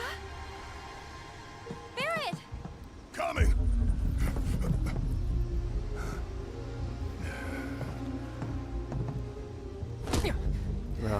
Hey, get your shit together. Tifa needs you. Sorry to wake Cloud up. The slap felt round the world, right, Renoa? Oh my gosh, what a scene, too. Take the weapons materia. Love that he's staggering here, too. Just, like, insane. Almost like he's about to become a black robe, yeah.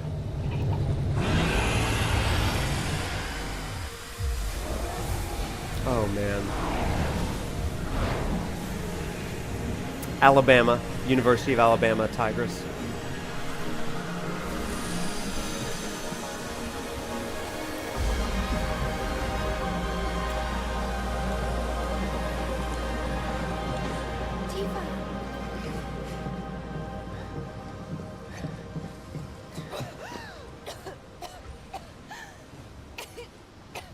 Tifa!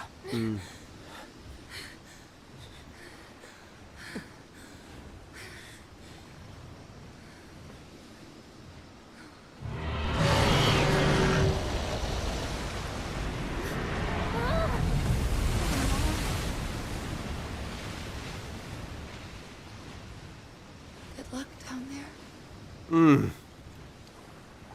Hey, Tifa, stay with us. Yeah. Cloud's trauma, all of it. I mean, absolutely. It's powerful stuff. All right, there's a couple scenes that I want to go through here, and once we get control of Cloud again, we'll call it a night, but there's a few things we got to talk about here at the end of this sequence. All right.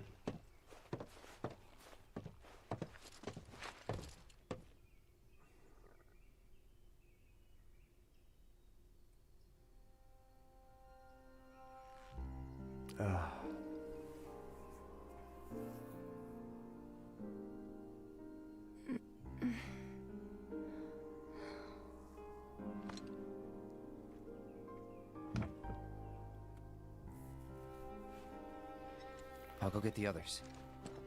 Cloud? You remember how our parents used to tell us that when a person died, their spirit would cross Mount Nebo? Yeah. We all knew it was a story to scare us out of climbing the mountain. Mm-hmm. You believed it, though. I didn't. At least, I had my suspicions. But I buried them. I wanted it to be true so badly. I didn't want to think my mom was just gone. Plus, Emilio and the others said they'd help me find her, so up the mountain we went. Some help they were. Running off and leaving you out there? Not that I knew about any of that. You don't remember? I hit my head pretty hard when I fell off that cliff. Think it messed with my memory. Everything from around that time's a blur. I only knew what the others told me. Didn't even occur to me to question them. What'd they tell you? They said that you egged me on.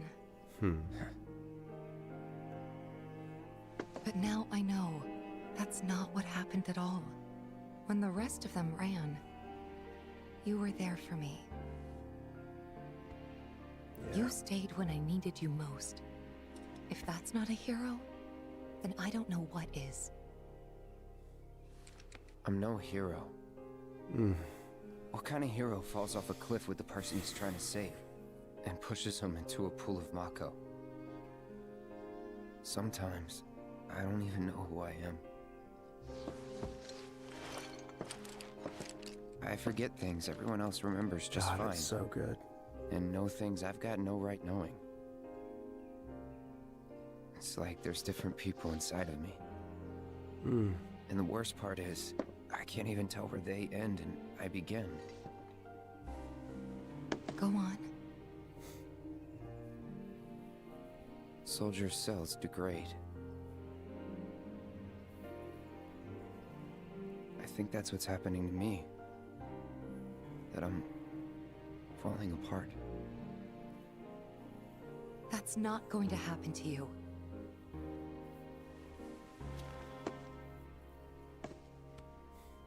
You saved me before. Now it's my turn.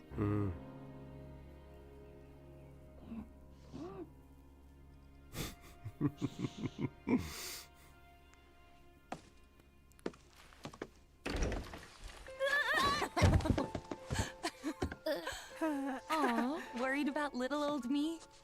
Aye, that's right. Worried. Sorry.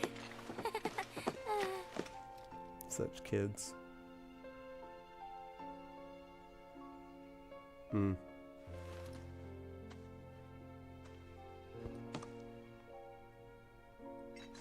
I just love them.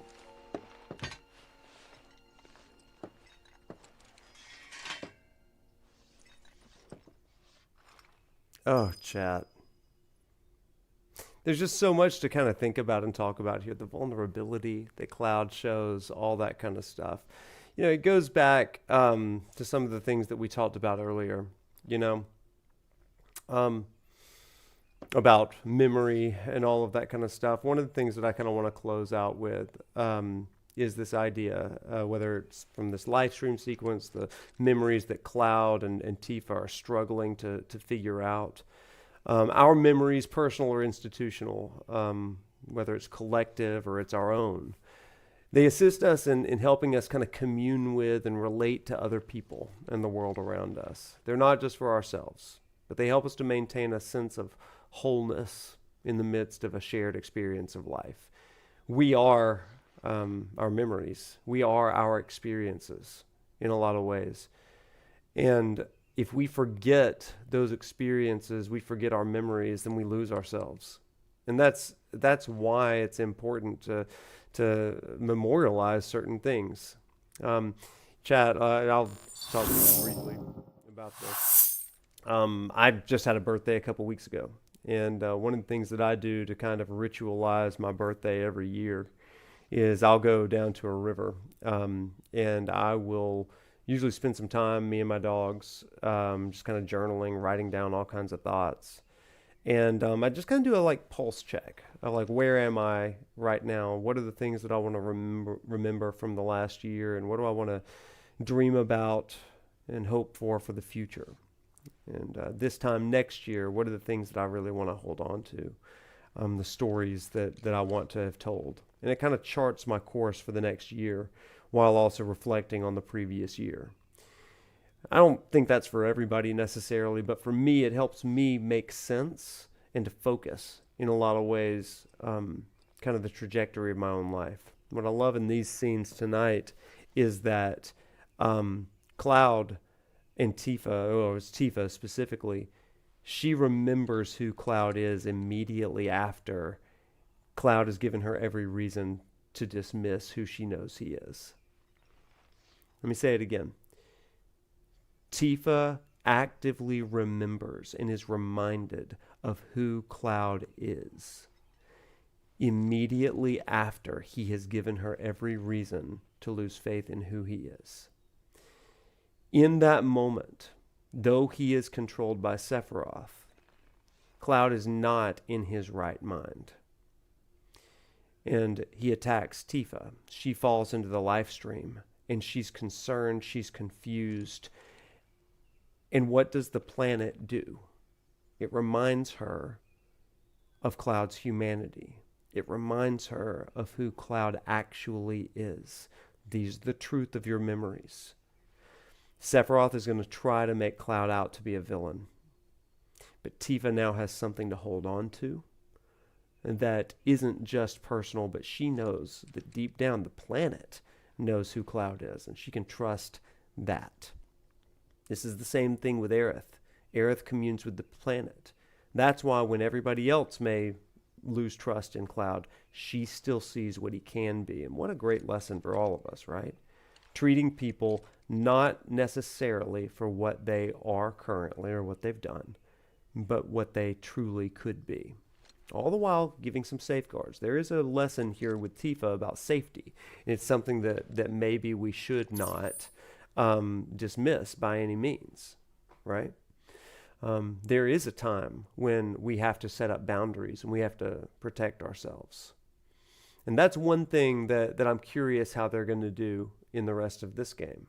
It's a curiosity where the rest of the party doesn't know what Cloud did because they were blocked, their vantage point. But Tifa is struggling in silence. This scene also really frames the ending of the game when Tifa's so quiet and doesn't even know how to speak to Cloud. When she runs up on Aerith, Cloud holding Aerith and seeing her there and wonders, did Cloud do this? Did Cloud kill Aerith in that moment? I mean, it's a wild sort of thing, a story that they're telling here. And it's as much about Cloud's mental degradation and breakdown as it is Tifa's coping. And for anybody that's ever dealt with somebody, loved somebody that has had that kind of trauma, pain, sadness, violence, aggression in their lives, it's a lot of conflicting emotions, isn't it? And I think there's a lot to process from this. Yeah, it's hard to find words. Sometimes it's important just to be there. I am so curious about what Tifa and Aerith talk about as a result of this, after this. What do they share? What does Aerith share about? What does Aerith share about what she knows about Cloud and Zack?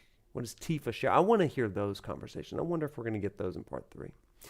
Anyway, I just felt the need to kind of say that tonight because this is an amazing parable for us to process and think through tonight. So it's good stuff. Good stuff, everybody. Well, with that's probably a good place for us to end tonight, actually. I was like, let's go outside. Let's actually not. Let's call it a night tonight because that's actually a great ending spot.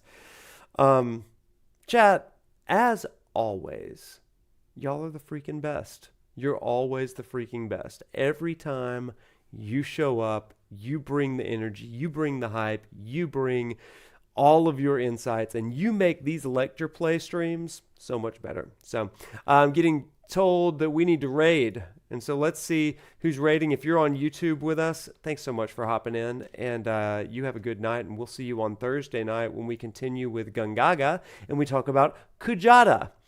Seeing Amanda Aiken. So yeah, Amanda Aiken over from the Final Fantasy XIV. She sings a bunch of the theme songs over there. So why don't we head over and raid her a little bit. That'd be fun. And she's in 16. Yeah, she sings My Star from 16. So yeah, that'd be fun. She doesn't know who I am, but that's okay.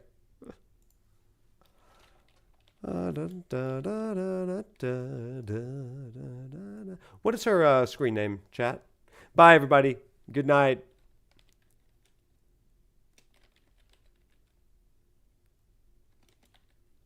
Anybody know her stuff? Also, if y'all are new around here, I do stream every Tuesday and Thursday night, 7:30. I'm playing through Final Fantasy VII Rebirth. I have a YouTube video channel and a video coming out next week on Buddhism and a way of looking at Final Fantasy VII Rebirth through the lens of Buddhism. So stay tuned for that one. The Real Crystal Mommy. Yeah, let's go raid her. How about that? Okay, let's do it. Oh, she's playing 14 too. Let's do it. We ready, everybody? Let's go ahead and raid. As always, everybody, thanks so much. Y'all are the best, and we'll see you on Thursday night. Good night. Let's get this raid going. Getting ready in 5 seconds. 3, 2, 1.